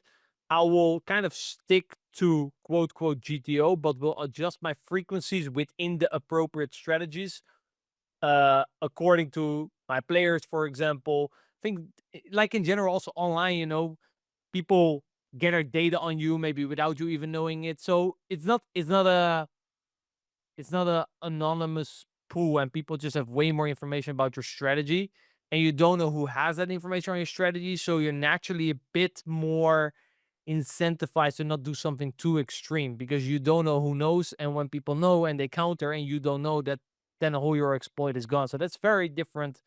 You're way more anonymous in a certain way in a live environment, if that makes sense. yeah, online, you're painting within a canvas and you can change the colors, but the canvas is still here. Live, you can walk over there and paint on the banana across the room. And like live, like, I'll run a huge bluff for 200 big blinds and put in all the money. And okay, I got called this time. The guy just had a good hand. And I'll flip over air. And literally, a guy at the table will say, oh, he overplayed a set. They're not adjusting. They don't even know what I had. I flipped over my cards and they assume that I just overplayed something. You know what I mean? Like online, you got to worry about people adjusting. Live, like, And people like you don't, especially if you go play higher stakes and if there's battles going on, you know, when I'm not playing, people might be studying me for the next time I'll be playing. That doesn't really happen in life. So yeah, it's really interesting how the optimal approach is really different in the environment that you're playing at. And that's why, I said earlier, we come to the first thing you should always ask yourself who you're playing against or in which environment am I playing, because that will dictate how you should think and how you should apply poker concepts, right? Um, you mentioned actually a lot about information, bet sizes, tells, but we're playing live. Any live tells that you teach players or that you like to look out towards? Because obviously they're transparent in terms of showing strength with the fact that they bet their strong hands or they bet big or bet small. Any live tells that you like to look at? yeah, one of my favorites pre-flop is I like to look at my cards right away pre-flop because, again, this is offense. Like, so many people are worried, like, I'm going to wait till it's my turn to look at my cards because I don't want people to get a break. I don't give a shit. I want to look at my cards because I want to be able to look at other people. So one of my favorite ones pre-flop, because this is when nobody's really, their guard isn't up yet. If someone takes their cards, they peel them very quickly and then they go back down. That is extremely polarized. That is either queens plus or nothing. So a lot of times, like, I'm watching, like, when a guy's peels his cards like that and then 3-bets, like, I know he's top of range, like, just stone top of range. Because if you have aces, there is this subconscious reaction. I don't want to look at these too long because I don't want people to know. Whereas if I have 10-9 suited, do I have hearts? Do I have diamonds? Like, well, let me look at that for a second. Like, I want to make sure, like, what suit that is. Is it 8-9 suited or 10? So, like, you can pick up I mean, there's a ton of these, but that's one of my favorite ones. It's so easy to apply and pick up. That's actually a very, very nice one. It's kind of, I remember yeah, when you just look longer at the board or at your hand, you're kind of trying to see the possibilities of it. Same with the board, like, oh, maybe I can make something of it. But when people just see it and they go straight away like trips and stuff, they're like, they didn't really need to figure out what they had on the board. They already knew what they had, and they were excited to get some money in that pot. Yeah, the looking away very quickly when a turn card or river card comes, that, like we said, like that's another big one too. That's strength. Do you, in terms of when you teach players that, are you kind of, where is the life tells in the hierarchy? Because if you overload people with decision-making points, error, if we talk about from a performance perspective, they shouldn't have too much to think about. Where do they rank? It's the icing on top of the cake. Icing, And alright. if you put the icing before eating the steak and potatoes, your stomach's gonna have a hard time. Yeah, that's something that you teach as a kid, right? You shouldn't eat dessert before dinner. So wise advice, all the mothers explained us. I wanted to jump into like some strategy, live poker. There's a lot of side games, right? First of all, maybe ask, do you think side games are good for the game or bad for the game? And are they good for recreationals or bad for recreationals? Good for the game. And I think they're good for recreationals because they pull pros into game trees that they have not studied. Interesting, because I remember I kind of asked a bit around when I was playing some live. I personally think that pro depends kind of on the pro, but I see recreationals, for example. Let's say we play a double PLO bump pot. We'll get into. I know you like the PLO double board bump pots, but all the type of stuff. I feel like my brain, I just understand better hand strengths and relative hand strengths towards the fact that we're not playing fucking PLO double bump board and there's 8 people in the pot. So I need a pretty good hand, right? I feel like recreationals just make so much more mistakes when side games enter than pros because we already think strategically. That was at least my experience. Or, for example, like stand-up game or whatever game. I felt like, I'm just projecting maybe my own experience. I just see this as a new element. I'm like, okay, well, this is now the new strategy. How is it impacting the strategies? And I will adjust accordingly. And a fish doesn't know how to adjust to this new game. You are a top online player who teaches people to crush very challenging games. That's a very fair point. Maybe a guy playing 5-10 or 10-20 or whatever,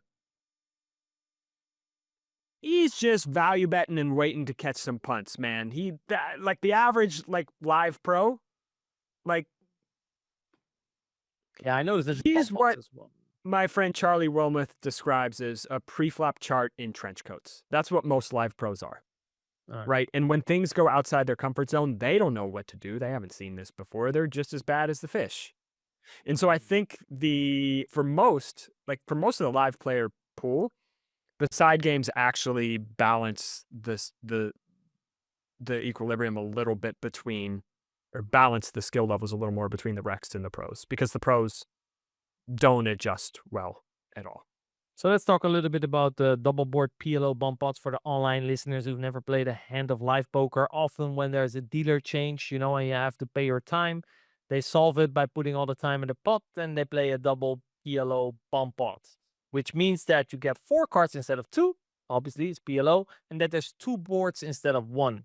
So, I would like to know common mistakes made. The most common ones you see.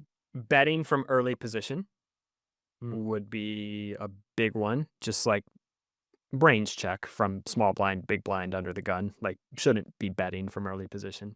Pumping or like bloating up pots where you just have like the nuts on one board with no redraw and nothing going on the other board. I see so many players like, I flop the nut straight and they have nothing on the other board. And they'll just pile in, they'll just pot it, someone will raise, they'll get the money in with like the naked nuts on one board. And like the other guy has like a set and a combo draw. It's like you are just getting free rolled all the time. Like you're just getting scooped so often And people don't really understand, if they haven't played a lot of PLO, like how equities work. It's like Yeah. you can flop the nuts and still be a dog. Yeah, you need And we're not backup. talking about single board. We're That's talking like the main difference between PLO and No Limit Hold'em, right? You need backup. That's all. yeah, you need I need backup. backup, man. And like people will just they're just like, I have the nuts. How can I protect my hand? That's why it's so that's Yeah, why the game is so good. it comes back to like what we talked about earlier, right? Equity retention, just a very fundamental poker theoretical concept which people misapply and they understand by protection. Well, you can protect. I always say you can protect against equity that folds, but Yes. when it's hands that call, you have to take into consideration your equity versus the calling range. It has no longer to do with protection, right? And then all you do is you isolate yourself versus the nuts and a redraw to another nuts, and you're fucked. So Yep. yeah, we had over investing without any backup, guys. In PLO, you need backup. Overrating one board, there's two boards, that's why it's called two board PLO. So take both boards in consideration. Checking a lot for early position. This also applies to any bump pot, basically. Actually, it's the same what you mentioned, right? With range checking out of position. Why do we see bet? Because we want money in the pot. Well, if it's likely that people will bet for us, we don't have to see bet. It's as easy as that. So when you play a PLO one pot in your early position and 7 people left to hack, chances are someone's going to do the betting for you. No worries, right? And The other anything one, else? yeah, the other one is deciding what your hand wants to accomplish. So if you have like say you have quads on one board, you have the absolute lockdown nuts, and you got nothing on the other board. You want one of two things to accomplish. You want one of two things to happen. You either want everybody to call, so you can just scoop up all their money, like you get half the pot, and they're just chopping up 7 ways the other board, or you want everybody to fold. Hmm. And so often what I see players do, neither of those. They'll just choose a size that gets it heads up, and now you're just chopping every time. You're not making any money. So like you either, like you want one or the other. And you kind of have to decide based upon what has happened and what the action has been so far. So if you feel like there's a good chance people are very weak, there's a good chance you could just bluff people off the other board. That's what you do. And if you feel like, hey, people are very interested, there's just a bunch of draws out there, let's just milk them. Let's just bet a quarter pot to have 4 callers and let's just chop up these people's money. Yeah. Yeah. Those two options are both great, but so often people just don't make money in them because they're just like, I have the nuts, let's pile it in and let's get it heads up against the guy who has the nuts on the other board. Well, no one's making money now. Any other side games that you like? Let's say, for example, you get to introduce a side game. Say, hey, Marc, which side game should we play? Which is the side game that you usually like to initiate?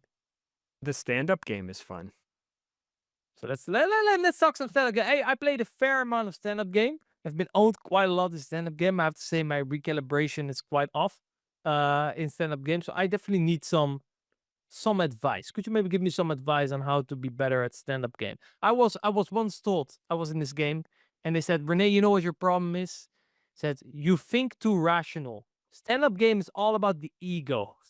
That was the advice. Because the guy limp I remember was Yo Viral. He limp raised me with 10-4 offsuit, and I folded ace-10 offsuit out of position. He says, like, what are you doing? This is an ego game. You cannot fold. You see, I play my ego. That's why I re-raised 10-4. You're an idiot. You fold ace-10. What are you doing?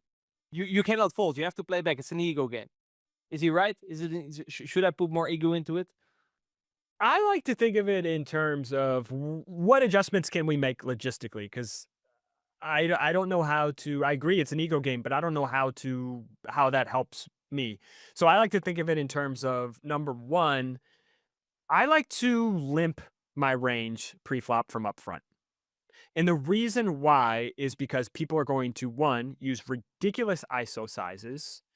Number two, people are going to 3-bet an incredibly high amount.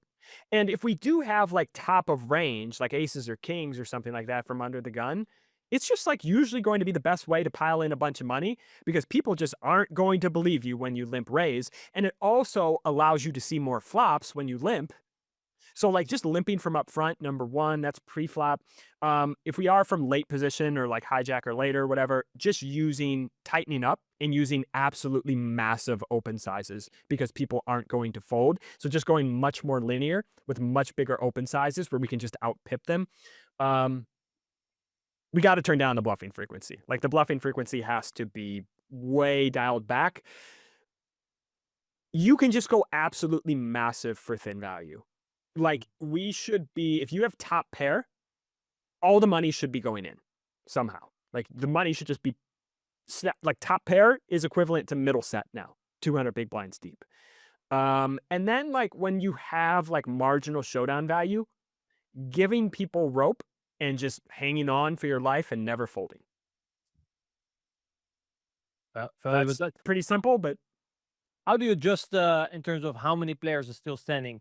I what I always try to do, I try to take the first or the second or the third. I'm gonna be very loose and put a very big attempt in terms of trying to take that down, because I noticed that everyone is still standing. They're like, I'll wait for the next one. So I'm gonna go wild in the first hand and the second hand. And if that doesn't work, my future position sort of matters, where I'm like, okay, there's still 6 people standing. I'm gonna be big blind now, small blind, and then I'll have position with probably 3 or 4 people standing. Let's take it easy, these hands. And then when I'm on the button, that's when I power on then. But when it's like, listen, this is my chance to still have position, I need to make something happen, you know? yeah, you just have to make sure, like, it's one of those like rare spots where it's like actually pretty advantageous to not be super deep. So you just have to make sure like you don't punt 400 bigs, so you don't have to pay a 20 big blind penalty. You know, like you have to be really cognizant of like risk reward ratio. I think your idea of like when people just still are dialing in, like still getting used to it, those first couple hands is really, really good, because it's a horrible time to try to do it when there's 3 people left. Yeah, it's you're just gonna get way more resistance, which makes sense, because if you're 3 left, if you think about it in terms of pot odds, or at least that's how I then kind of try to calculate in my head, like what are kind of the new blinds. That's kind of how I try to get like on average what I will have to pay and what I would save, so that kind of equals, and then I would just add that to the big blinds. And then in my head, let's say we're playing 10-20, I'm like, okay, wait, with the bounties and stuff, we're actually playing 100-200 now. So wait, I have a 4K stack. Oh, so that's actually only 20 big blinds, you know? That's I feel like that's translating it into, I have 20 big blinds, instead of like we're playing stand-up game trying to figure it out. Just say I have 20 big blinds, I'm gonna adjust for 20 big blind play. So if someone opens, I jam, you know? It's like, it's very feasible. Or like if everyone falls on the button, I can just open jam, you know, certain hands. I have 20 big blinds, I can do this. That's good. I like that.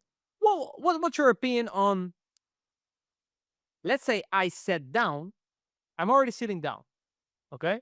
Should I go after the guys who are still standing up or not? Because I heard some mixed opinion on it. In my opinion, I'm playing with like 2 hands on my back, because for me on the flop, the pot is, let's say I just open, the guy calls. For me, the pot is, let's say, 8 big blinds. But for the guy standing up, the pot effectively is maybe like 24 big blinds. So he could, for example, bet 24 big blinds. For me, that's 3x pot, and for him, that's pot. Like I'm playing with such a huge handicap that I usually tighten up. But then I heard other players say like, yeah, but they're gonna play way to lose, and you can just, you know, they're just gonna they like to sort of go after them because they're gonna play to lose, maybe to lose passive. What's your opinion? Should we go after them, or like I'm massively staying out of their way? It depends how bad they are. Hmm. Right? Yeah, because people like, again, maybe I'm projecting here, because I'm like, well, you know, you could just now bet 3x pot, and for you that's pot, for me that's, but they're not gonna bet 3x pot. No, they're not going to bet 3x pot. And if they're going to over bluff, but they're not going to use over bet sizes, could have a pretty nice edge, and just calling them with a pretty strong range and just giving them a lot of rope and never fast playing your good hands, and just calling down when you have showdown value. Yeah, actually a good one. Did you ever play the truck game? I think like it was a bit newer when I went to Vegas this year, in the summer. I saw it kind of going on. I don't know if you ever played it, where I believe if you win a hand, if you win 3 hands in a row, you get the truck. And then every hand you win, everyone has to start giving you money. And then if you have to truck him again, and then basically it piles up. You ever played it? Yeah, we've called it the bounty game, which is a little Oh, the bit game, it a makes little- sense. Yeah, but yeah, I've played that. You liked it? I like that game is wild. Yeah, it's That very game is well. wild. So the way they played in LA is they have a couple variations, but one of them is like so if you win a hand, everybody essentially has to give you like if you win if you have the bounty button, the button goes around the table. Hmm. And if you have the bounty button, everybody has to give you 5 big blinds or something like that. Yeah, for And then every if hand you you win, right? Yeah, and then if you win the hand, you keep the bounty button, and then it doubles. Yeah. Next hand, and it just stays like that. So that game is wild. It's off the rails, and there's like there's a 5-10 bounty game that plays in LA every day, and I think that game probably plays more like a 2040 or 2550 than like a 5-10. But it's that's a fun game. Yeah, that's actually what I thought. Because for the people who are not familiar with your channel, you were doing a challenge where you play 5-5 and you're trying to make $100 an hour, and people say it's not really possible. I looked at through a couple of your vlogs, but I mean 5-5. You open to 25. It basically plays already like a 5-10 game. Then you have this PLO bomb pots where I believe it's uncapped. I remember when I was playing in Vegas, at least we put a cap on it to keep it fun. I mean, this game doesn't play like a 5-5. It's way more, I don't know, somewhere between 5. It's like 7-50-15 or something. It felt. Yeah, but the thing is like people say the PLO. The people are like, well, if you didn't have the PLO double board bomb pots, you wouldn't be able to do this. And I say, okay, if there weren't PLO double board bomb pots, with the PLO double board bomb pots, we have one every 40 minutes. They each take like 10 to 12 minutes. Yeah. So I'm playing like 19 hands of Hold'em per hour. If there weren't PLO double board bomb pots, I'd be playing 32 hands of No Limit per hour. And yeah, people punt in the double board PLO, but like I'm not good at them. I just know like a few very basic elementary concepts. I feel much more comfortable in No Limit, and I'd much rather play 32 hands of No Limit per hour. I think that would more than make up for the double board PLO bomb pots, but people don't really think that way. I think it's just live poker. Like people open to like the other thing is like you can kind of shape how big the game is. Because if you open to 30, the first 2 times everybody may fold, but after that, they don't think, oh, this guy has a big hand, or I should overfold because he opened 6x. They think that's the guy who opens to 30. So if you open to 30 and people start calling, all of a sudden the rest of the table starts opening to 30. And that's one of the like kind of live kind of secret sauce thing. You could just make the game play bigger by like just opening bigger, and then everybody else opens bigger. Oh, that's pretty interesting. I did see that they just put the straddle on when the game is good. That's a thought was funny about live poker. We're playing 10-20 or 10-20-40, and then like a wheel sits down and suddenly the 80 is on. You know, that's how they do it. So I thought it was just quite interesting. But and then there, for example, on the 10-20-40, they open to 100. So it's like, yeah, is it really so much different? You know, here they open 2.5x, and then 5-5 again, they're fucking opening 6 big blinds. So you're just playing also pretty big with shorter, like a shorter SPR, which actually is interesting because I actually find where you find 400 big blinds deep more fun. I find it actually less fun. But like I said, maybe I'm thinking too theoretical in terms of how much this hand costs me. Like, well, we're playing super deep, this board is, I'm probably have to slow it down and wait for the river. Like and that kind of kills kind of the enjoyment for me. Not necessarily that I'm uncomfortable in terms of that I know what to do. I just play too theoretical, and I just am too careful because I take high SPR and certain wetness of boards and equity retention maybe too serious.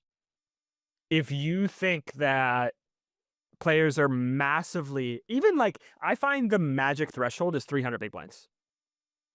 300 big blinds, if you are greater than 300 big blinds, pros become uncomfortable.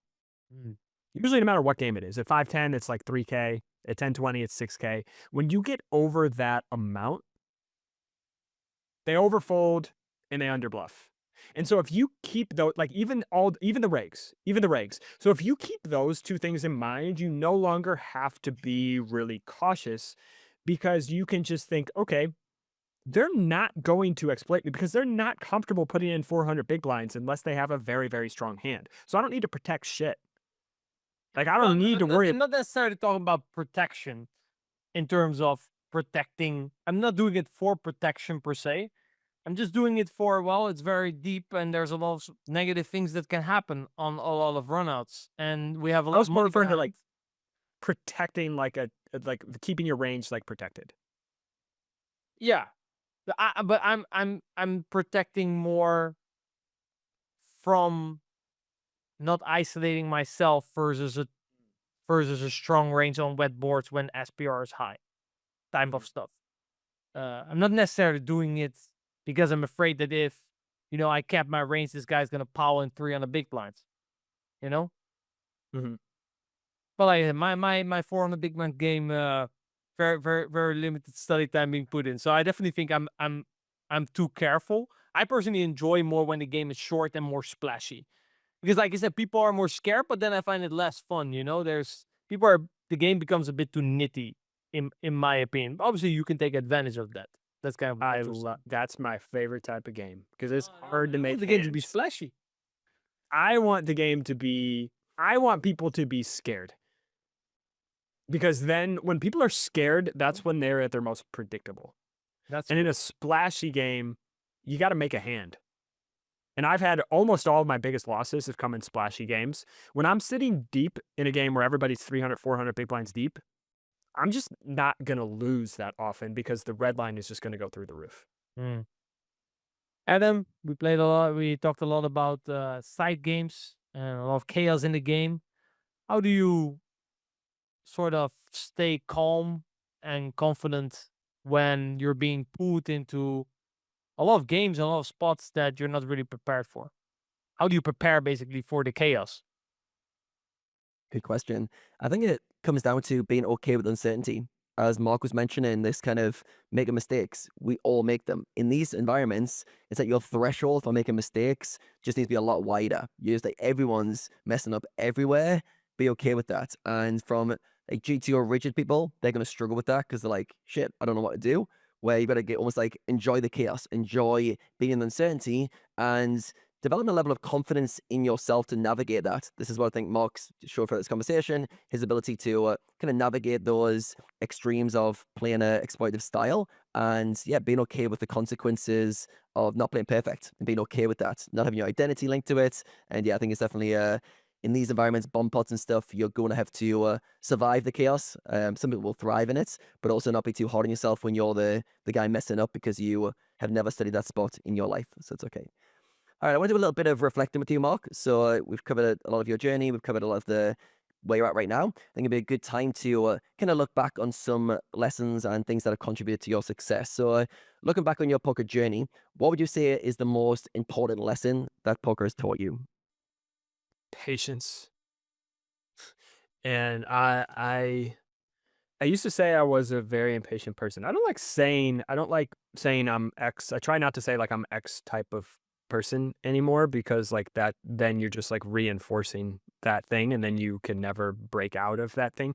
But I think like poker has taught me a ton of patience because you can do the right thing every day and still have the wrong result. So it's also taught me how important distancing process from results is and how important trusting a certain process is. In that if you continually put in the work, the result will eventually come. It's just not going to come today necessarily, or even next month or in 6 months, but it's going to come eventually. And that has been so helpful in other facets of life for me, and just being able to trust that if I do the right thing and build good habits, then good things will come. I just have to wait. Love it. How do you build more trust in the process? Let's say we've got two extremes. We want the results, or we want to gonna lean into the actions we're taking that leads those results. How have you built confidence in your processes that have allowed you to be patient? Because I think patience doesn't always rely on it, but it definitely helps to have confidence in your approaches to an outcome. Then you can like sit back and go, right, over the long term, it's going to be okay. But I think a lot of people may struggle because maybe they don't trust the process. So how have you been able to develop a process that you trust? We talked about it earlier, but I think it's just having trust in that data over a big sample. In that, so I think it could be hard for someone at the start who doesn't have that data, and the second guessing could be incessant. It could be until you have the data, you don't know you're going to have the right process. So I think you just have to put in the hours. But the good thing about live poker in particular is the edges are so big, you may not be able to figure out exactly what your win rate is. That's going to be impossible over a small sample, but you can figure out if you're a big winner or a big loser. You can make those conclusions very quickly. And if you're winning 14 big blinds per hour, even over like a 200-hour sample, the chances that you're a losing player is very, very, very small, right? The inverse is also true. Like if you're losing 14 big blinds per hour or 200 samples. So like you don't need that big of a sample live to be able to determine if the process is really good or really bad. And I guess for online, you have a lot more data to be able to support it, and you get a much bigger hand sample much more quickly. So I think you just need to have a little bit of patience at the beginning in order to formulate the process as well. Mm. Yeah, and using data is like a metric which you can't argue with as much. Your feelings, obviously, and your own subjective interpretations are very malleable. But over time, data is like, all right, what's the data showing me? And yeah, I think as well with patience, there's an element of patience of waiting, of like being okay with doing the work and continuing. But I think also built into patience needs to be an obsession with doing more, getting better, and realizing, wait a second, maybe this approach I'm taking isn't optimal and I can do better. I think if we can combine a patient attitude with also a striving to improve, get better over time, it's unreasonable not for that not to work. If I say over 5 years, you're going to apply yourself and get better through that process every day, it's unreasonable for you not to be successful over that journey. Maybe you're the guy who's the 1% outlier, the 0.0001% outlier on a graph, but chances are you're going to get success to some degree. It may or may not be what you anticipated, but yeah, I think it's definitely a good lesson. I think, yeah, like poker will teach you patience when you're trying to rush. A lot of players like have a time frame of, I'm going to be playing high stakes by 2026. And it's like they're just crushing micro stakes at the moment. It's like, poker's going to hit you with a reminder. It's not on your time kind of scale, and you're going to have to, just accept that results will come in their own time. All right, next reflecting question. Other than patience, what has been your greatest contributor to your success? Being hard-headed and learning not to give up. I think Good deep breath. poker's really hard, like we've talked about, and it's really easy to quit when things don't go your way. It's really easy to say, hey, I'm not going to make any changes because the deck is just against me today, or this is just not my day. And it's just really easy to fall into bad habits, bad patterns, bad routines. And it's really easy to just stay stagnant and never get better. And poker for me has given me that. I want to always continually climb the mountain, because in poker, if you are not getting better, your win rate is going down because the player pool is getting better every year. And so I have this like incessant drive that if I'm not improving, I'm making less money. You have to be on the treadmill just to stay in the same place. So if you want to move forward, you really have to work, because everybody's getting slightly better every year with more information. So I think that's another thing that poker has given me, is it's helped instill kind of a pretty good work ethic coming from someone who used to have a very, very poor work ethic. It's a tough pill to swallow as well, that poker is tough. It is hard. You need to run very fast on that treadmill to sometimes just be in the same place. And yeah, I think a lot of players, it will filter them out in terms of maybe not willing to do the work, maybe not able to do the commits themselves. And yeah, I think for you, we mentioned a lot of kind of challenges that players face in terms of the ego. You mentioned yourself being a bit of a victim mindset, being close-minded rather than open-minded.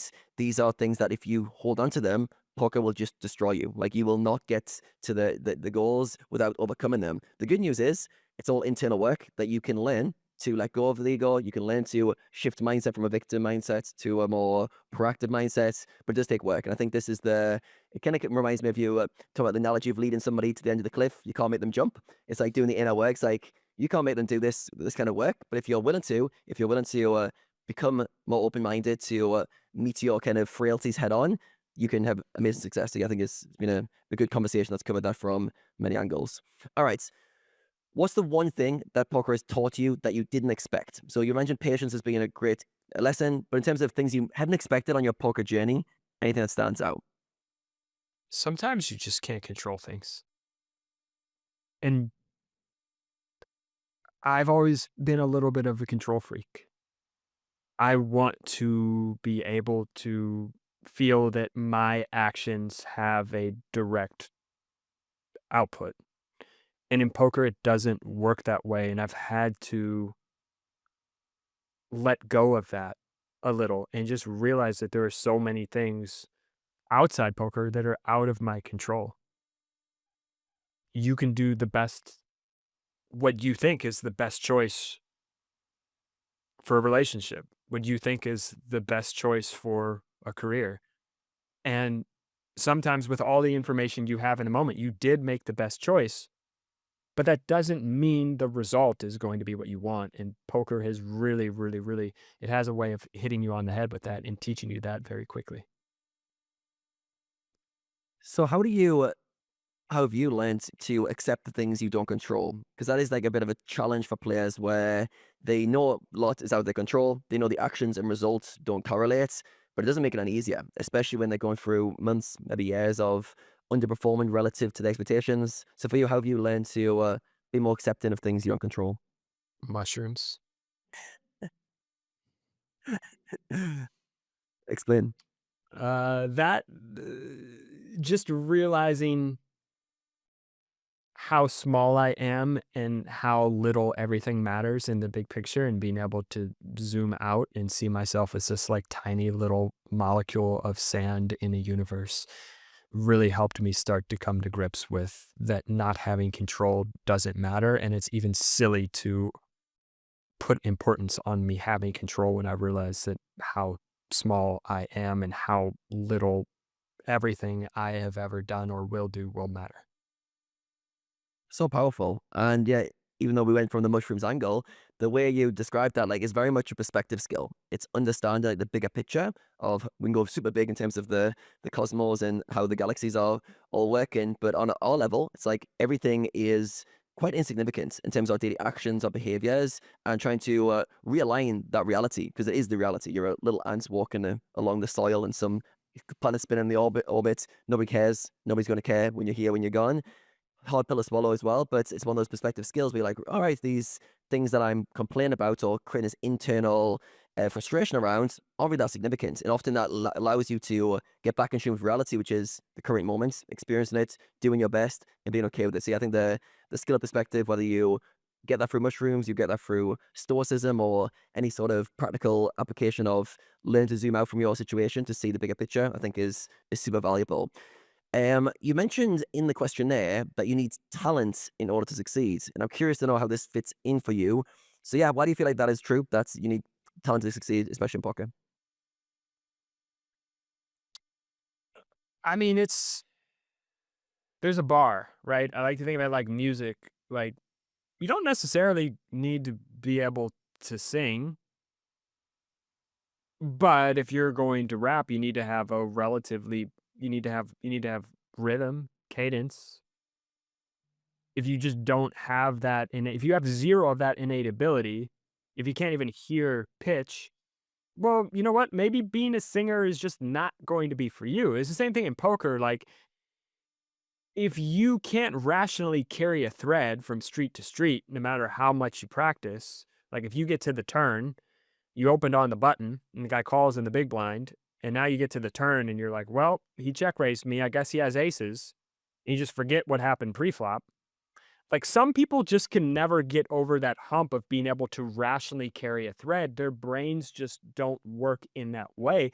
And that doesn't mean they're a dummy. It just means it doesn't work in a way that works in poker. And if you don't have that kind of innate ability, I feel like there's just no amount of work in the world that's going to turn you into a top tier poker player. How high is that bar that you need to have in order to be able to have some success? For online, it's you got to be able to jump at least a few feet in the air. You got to probably be able to at least touch the rim on a 10-foot basketball hoop. For online, like if or for live, if you can just lift your legs 1 foot in front of the other, you'll probably be okay. But you need to be able to walk. You can't be in a wheelchair. Mm. Yeah, I think it's very true for almost anything. There's a level you need to be at originally, or the kind of baseline before you can actually have success in it. And if you're not at that level, like you're just not going to be able to piece things together. You're just not cut out for that kind of thing. Obviously, everyone listening to this conversation today, hopefully, the poker players, aspiring players, you've passed the test. You're on the at least the can will put one foot in front of the other and not fall over. But yeah, I think it is good to acknowledge that you do need some elements. I think you mentioned earlier in the conversation about your grandma and you thought you could teach her originally. Now you're like, wait a second, maybe she doesn't pass some sort of the reasoning test that would be needed. And also I think the curiosity as well. I think our curiosity goes deep into certain things. So for you, for example, music, myself, like I love music, but I've never went deep into music, and I can't imagine going deep into learning about music and on like a really high level because my curiosity just isn't there. So I could try and fake it. I could try to create incentives. I could try to make myself sit down and learn it, but it's not coming from a place of I want to learn it. I'm curious about it, so I'm always going to come unstuck there. So let's say someone has that talent. I think it also links with IQ. I think IQ correlates with success to a certain point, to a certain threshold. Then above that doesn't anymore. Let's say you've got talents. How do you sort of cultivate that talent in the right way? Number one, learn how to range people and how to do it very, very quickly. Practice with a shot clock on, going from pre-flop to flop to turn to river. At first, don't give yourself any timer. Just see if you can take a hand.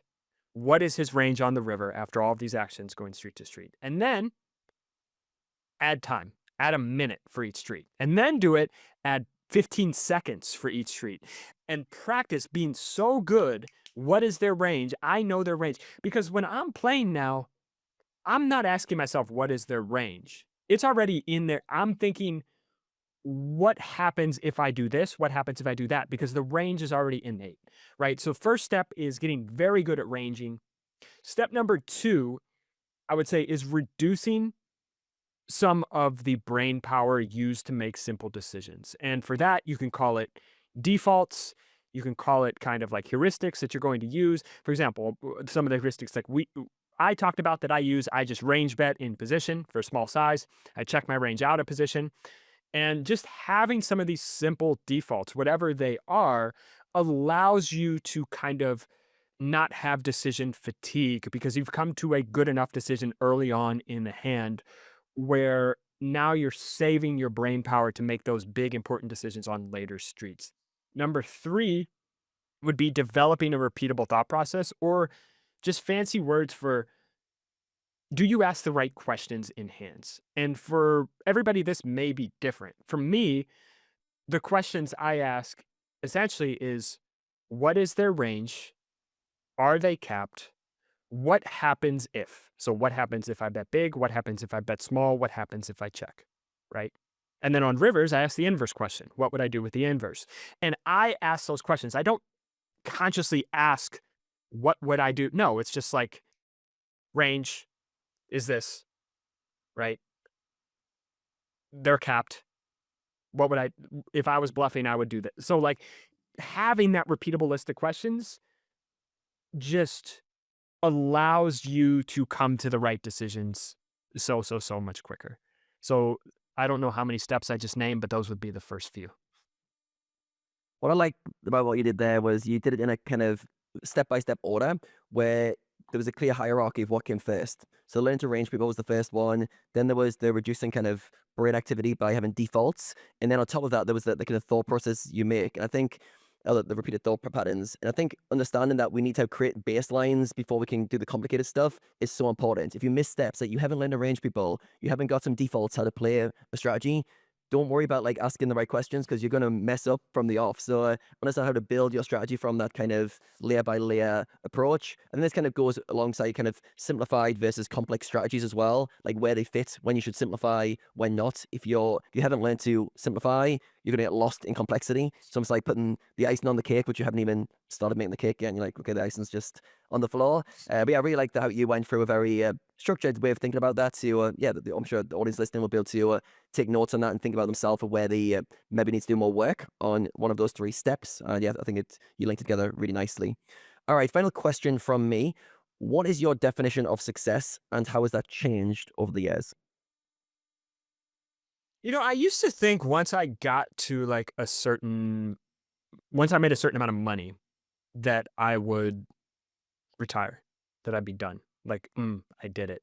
But one of the things I've realized is that the higher you climb the mountain, whether it's in poker, whether it's in business, whether it's just earning money, whether it's in any type of activity where you're just trying to get better or keep score, being able to continually do that thing is success.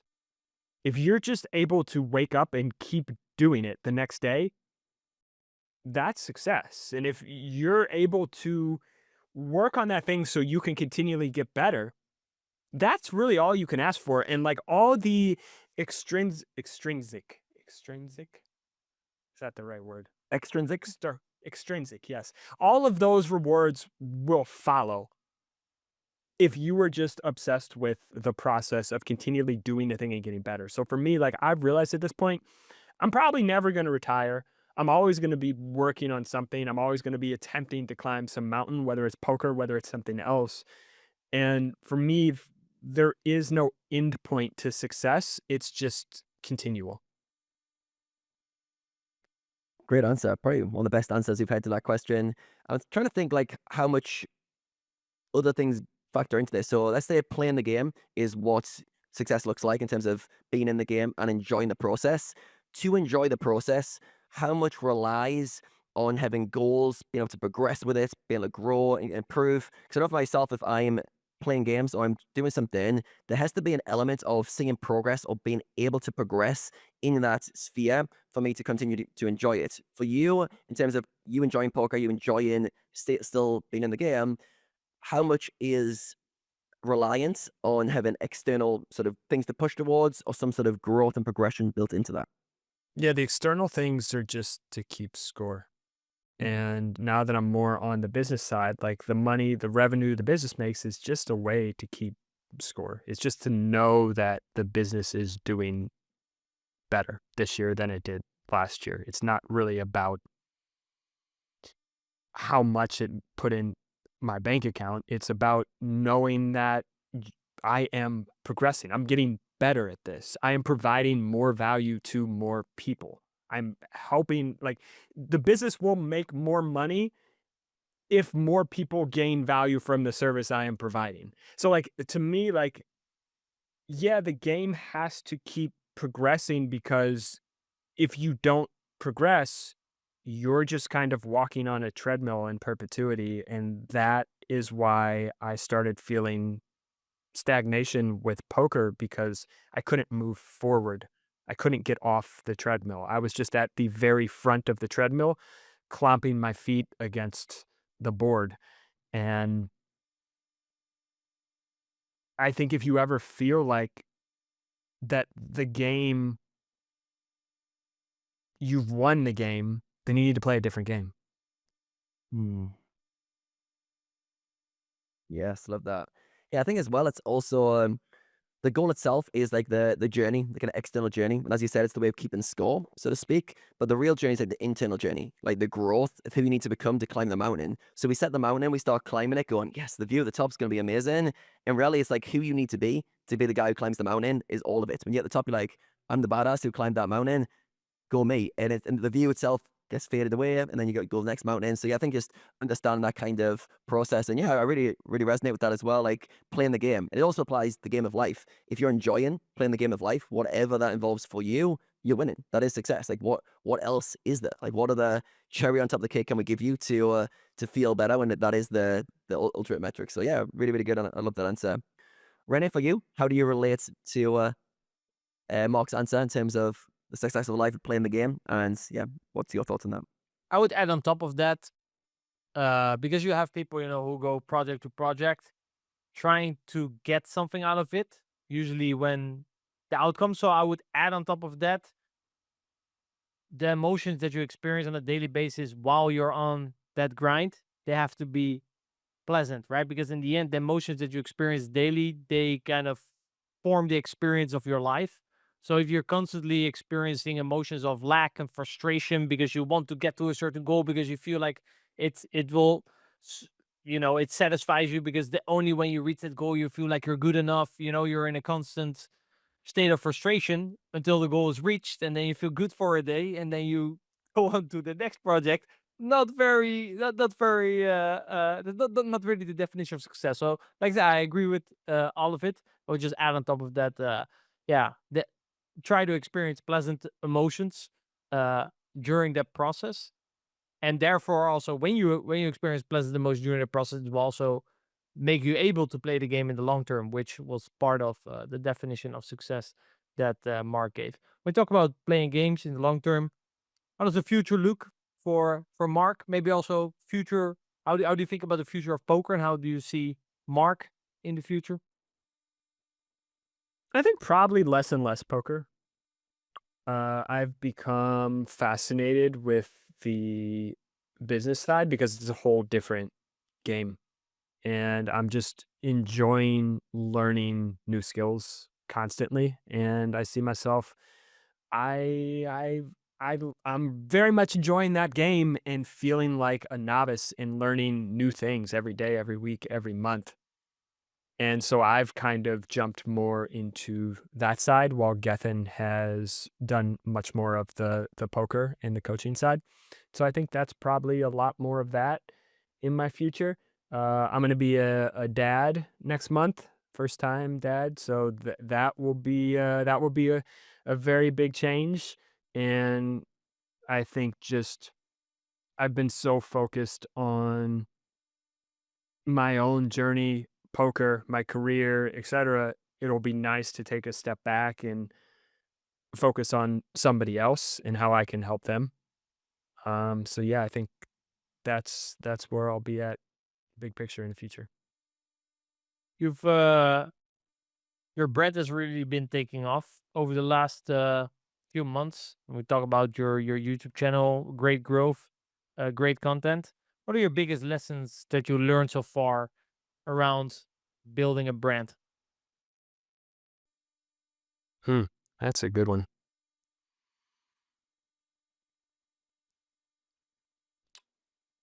Giving away the secrets is good.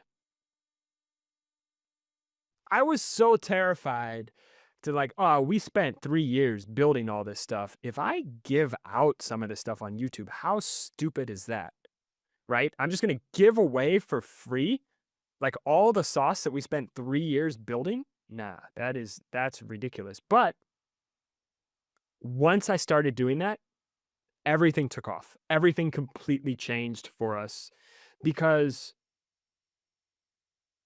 I was just actually giving away value. And by giving away value for free, if your free content is garbage, everybody who watches the free content is going to assume that the paid stuff is garbage. And so our brand really took off when I resolved, I'm like, you know what? I want to make the free stuff as good as the paid stuff. Now, the paid stuff, it's much more personal. It's a much more hands-on experience, but I'm not holding anything back in the free content because that's going to be people's first impression of the brand. And I want people's first impression of the brand to be like, holy shit, this stuff is good. Because what's the alternative to that? It's bad. I'm never going to pay for this. I don't like this. I'm never going to watch another video. So for me, like, that was the biggest lesson I had to learn, and that changed everything for our brand and our content. Great answer. I couldn't agree more. What would you like the main takeaway for our audience to be from the conversation that we had today? I don't know. This was a great conversation. This is the best podcast interview I've ever done by far. You guys are amazing. Thank you very much. I don't know. I don't have a big picture one. I've enjoyed this conversation though. This is, I think, the first time I've ever had a 3.5 hour conversation where I was like, yes, more. It's good. And where you weren't trying to get in our pants. True. Yes. I'm sure somewhere throughout your life you've been patiently talking to a woman for 3.5 hours, because you expected a certain outcome. Not just to ramble. Listen, but it's fun, man. We all like poker. We're interested in the game, so it's very easy to ramble for 3.5 hours. We found. Yes, it was good. It was very enjoyable. Thank you guys. I really do appreciate it. Wow, what a great podcast, Marc. Thank you for coming on. Definitely interesting to have kind of a new type of perspective, right? Obviously, we have a lot of online guys on, especially lately. We've been talking a lot of the online grinders, and I think Marc definitely offered a completely different perspective. So thanks for giving this perspective to us. Adam, any main takeaways of today's conversation? Yeah, it was a very different conversation to a lot of the guests, which was very good. I liked that he said he's very clear with what he was recommending, and all his answers were very concise, and he generally gave very good action items as well. One thing he said, to have success in live poker, two things you need: one, work ethic, and two, lack of ego. As we got into lack of ego, it was generally breaking down to open-mindedness and ability to learn, ability to take on new ideas, ability to be wrong, and to learn from mistakes. It all came together in terms of not being this kind of stubborn person who's trying to be right, but trying to understand how to play the game at a higher level. Then he mentioned two of the obstacles that players face, which were fear and greed. And fear came up in terms of not being able to deal with mistakes. Risk aversion, I think he summarized it as avoiding taking risks, and how players have to learn to overcome that to move forwards. And then greed, he was talking about the greed from the example of basically trying to win fast playing good hands, trying to win money too quickly, and how that's basically often counterintuitive or goes against your overarching theme of trying to make the most plus-y decisions. So kind of talking about what you need is traits, but also what some of the obstacles that players face and how we have to try and navigate those. Then he mentioned like the top 1% habits. He mentioned 99% of players suck live, 1% are doing a good job, and those guys have curiosity. And as I kind of probed on curiosity, he was kind of the camp of it's quite hard to hacking your way into this or manipulate it. It kind of comes naturally. You gravitate towards the things you're curious about. If poker is not the thing you're curious about, you need to start looking maybe other avenues. But generally, you want to spark that curiosity as much as possible to get yourself to think outside the box, to learn to be that creative problem solver. Especially in his world where it's all about exploits, thinking about what Big Jeremy's doing. You've got to have that curious mind to really think of the exploits. And then I really liked at the end, talk about like the lesson that you learned from poker. And one that he said was patience and being patient. I think this is a real big one in terms of realizing you're going to go through patches of your career where you feel like you're just not on track. You feel like you're not achieving your goals. For him, it was 2018. He had 600 plus hours break even live. I can only imagine what that feels like in terms of in the live environment where the win rates are super high. And he pushed through that and was patient enough to get to the side of that. So whatever it means to you, tapping into the process over the results, trying to enjoy your day-to-day, enjoy the process of getting better, learning, and then being patient. That results at some points will take care of themselves if you're committed. So yeah, they were the main ones, and loads of the things I wrote, but I'll keep it for that one. How about yourself, Rene? What are the main takeaways for you? I wrote down a couple things as well. The environment and the villain, they dictate how you want to think about the game. So poker on a mechanics level, right, and a theoretical level, it all works the same, but the actual strategy that you put out at the tables and the thought process that you want to go to, the things that you take in consideration are very environment and villain dependent, right? We talked a lot throughout this podcast, for example, that in live poker, people are just way more transparent. They give away way more information. Therefore, altering your strategy and capitalizing on this information is way more important. People also are less good at exploiting you, so playing a more exploitative style will be way more profitable. I also mentioned that I think in online poker people do this wrong very often. They think about a lot of things throughout the hand, but they forgot about the most important thing in the beginning. That was, who am I playing against, right? And that's also Big Jeremy again came up. You also, poor Big Jeremy, man. We've mentioned Big Jeremy quite a lot, poor guy. But yeah, if you're playing against Big Jeremy, you know, your blockers, unblockers, or your minimum defense frequency, obviously it doesn't really matter. But when you're up against Linus, maybe you should take that in consideration. So that's always where you should start the decision-making process. Who am I playing against? Because that will determine what is relevant in terms of to think about. He mentioned a lot. You mentioned the curiosity. He mentioned a lot node locking, and then he said, what's possible, right? There was also an overall kind of mindset, like how much could we actually win? What is actually possible, right? That I felt was very valuable as well. In terms of decision-making process, he mentioned a lot of what's the range. Kind of Charlie Carroll, shout out Charlie Carroll, he always says, what's the range and what to do about it? So this is very much in line. He said, what's the range? And he mentioned a lot, simplify common decisions, right? To kind of save brain fatigue so you can make better decisions later on, which we've heard a bit in other podcasts as well. I remember the one with Luca Braid, where he said, right, well, I'll simplify, because from that simplified baseline, you know, I can think creative, for example. And it all came down to asking yourself the right questions, because the right questions, they steer your mind in thinking about the right things. Basically, the question that you give your mind, that's what it's going to think about. So if you give the question, well, do we have good blockers? Well, your mind's going to think, well, let me see, do I have good blockers, right? Whereas he had way different questions that he would ask his brain that in his experience would lead to decisions, or would lead to processing information that actually leads to a better decision. He mentioned the what happens if, which basically is action consequence. So if I do this, then what does he do? And he also mentioned what would I do with the inverse, right? That was, I think, very good to kind of hold your bias accountable. Things that I, for example, always like to ask myself is, where should my value come from? And what do I like to achieve, or what do I want to achieve with my hand? These are, for example, two very basic decision-making process questions that I have when going through a hand. All right, that was it. I want to thank everyone for tuning in again. Another great podcast. I want to thank Marc again. I want to thank my lovely co-host Adam, providing great questions and insights as always. Remember, if you want to work with me and Adam, you can go over to mechanicsofpoker.com and apply to our program to have us help you make more progress in your poker career. Shout out to the sponsors, GTO Wizard. Like this video, subscribe to the channel, and I'll see you guys in the next one.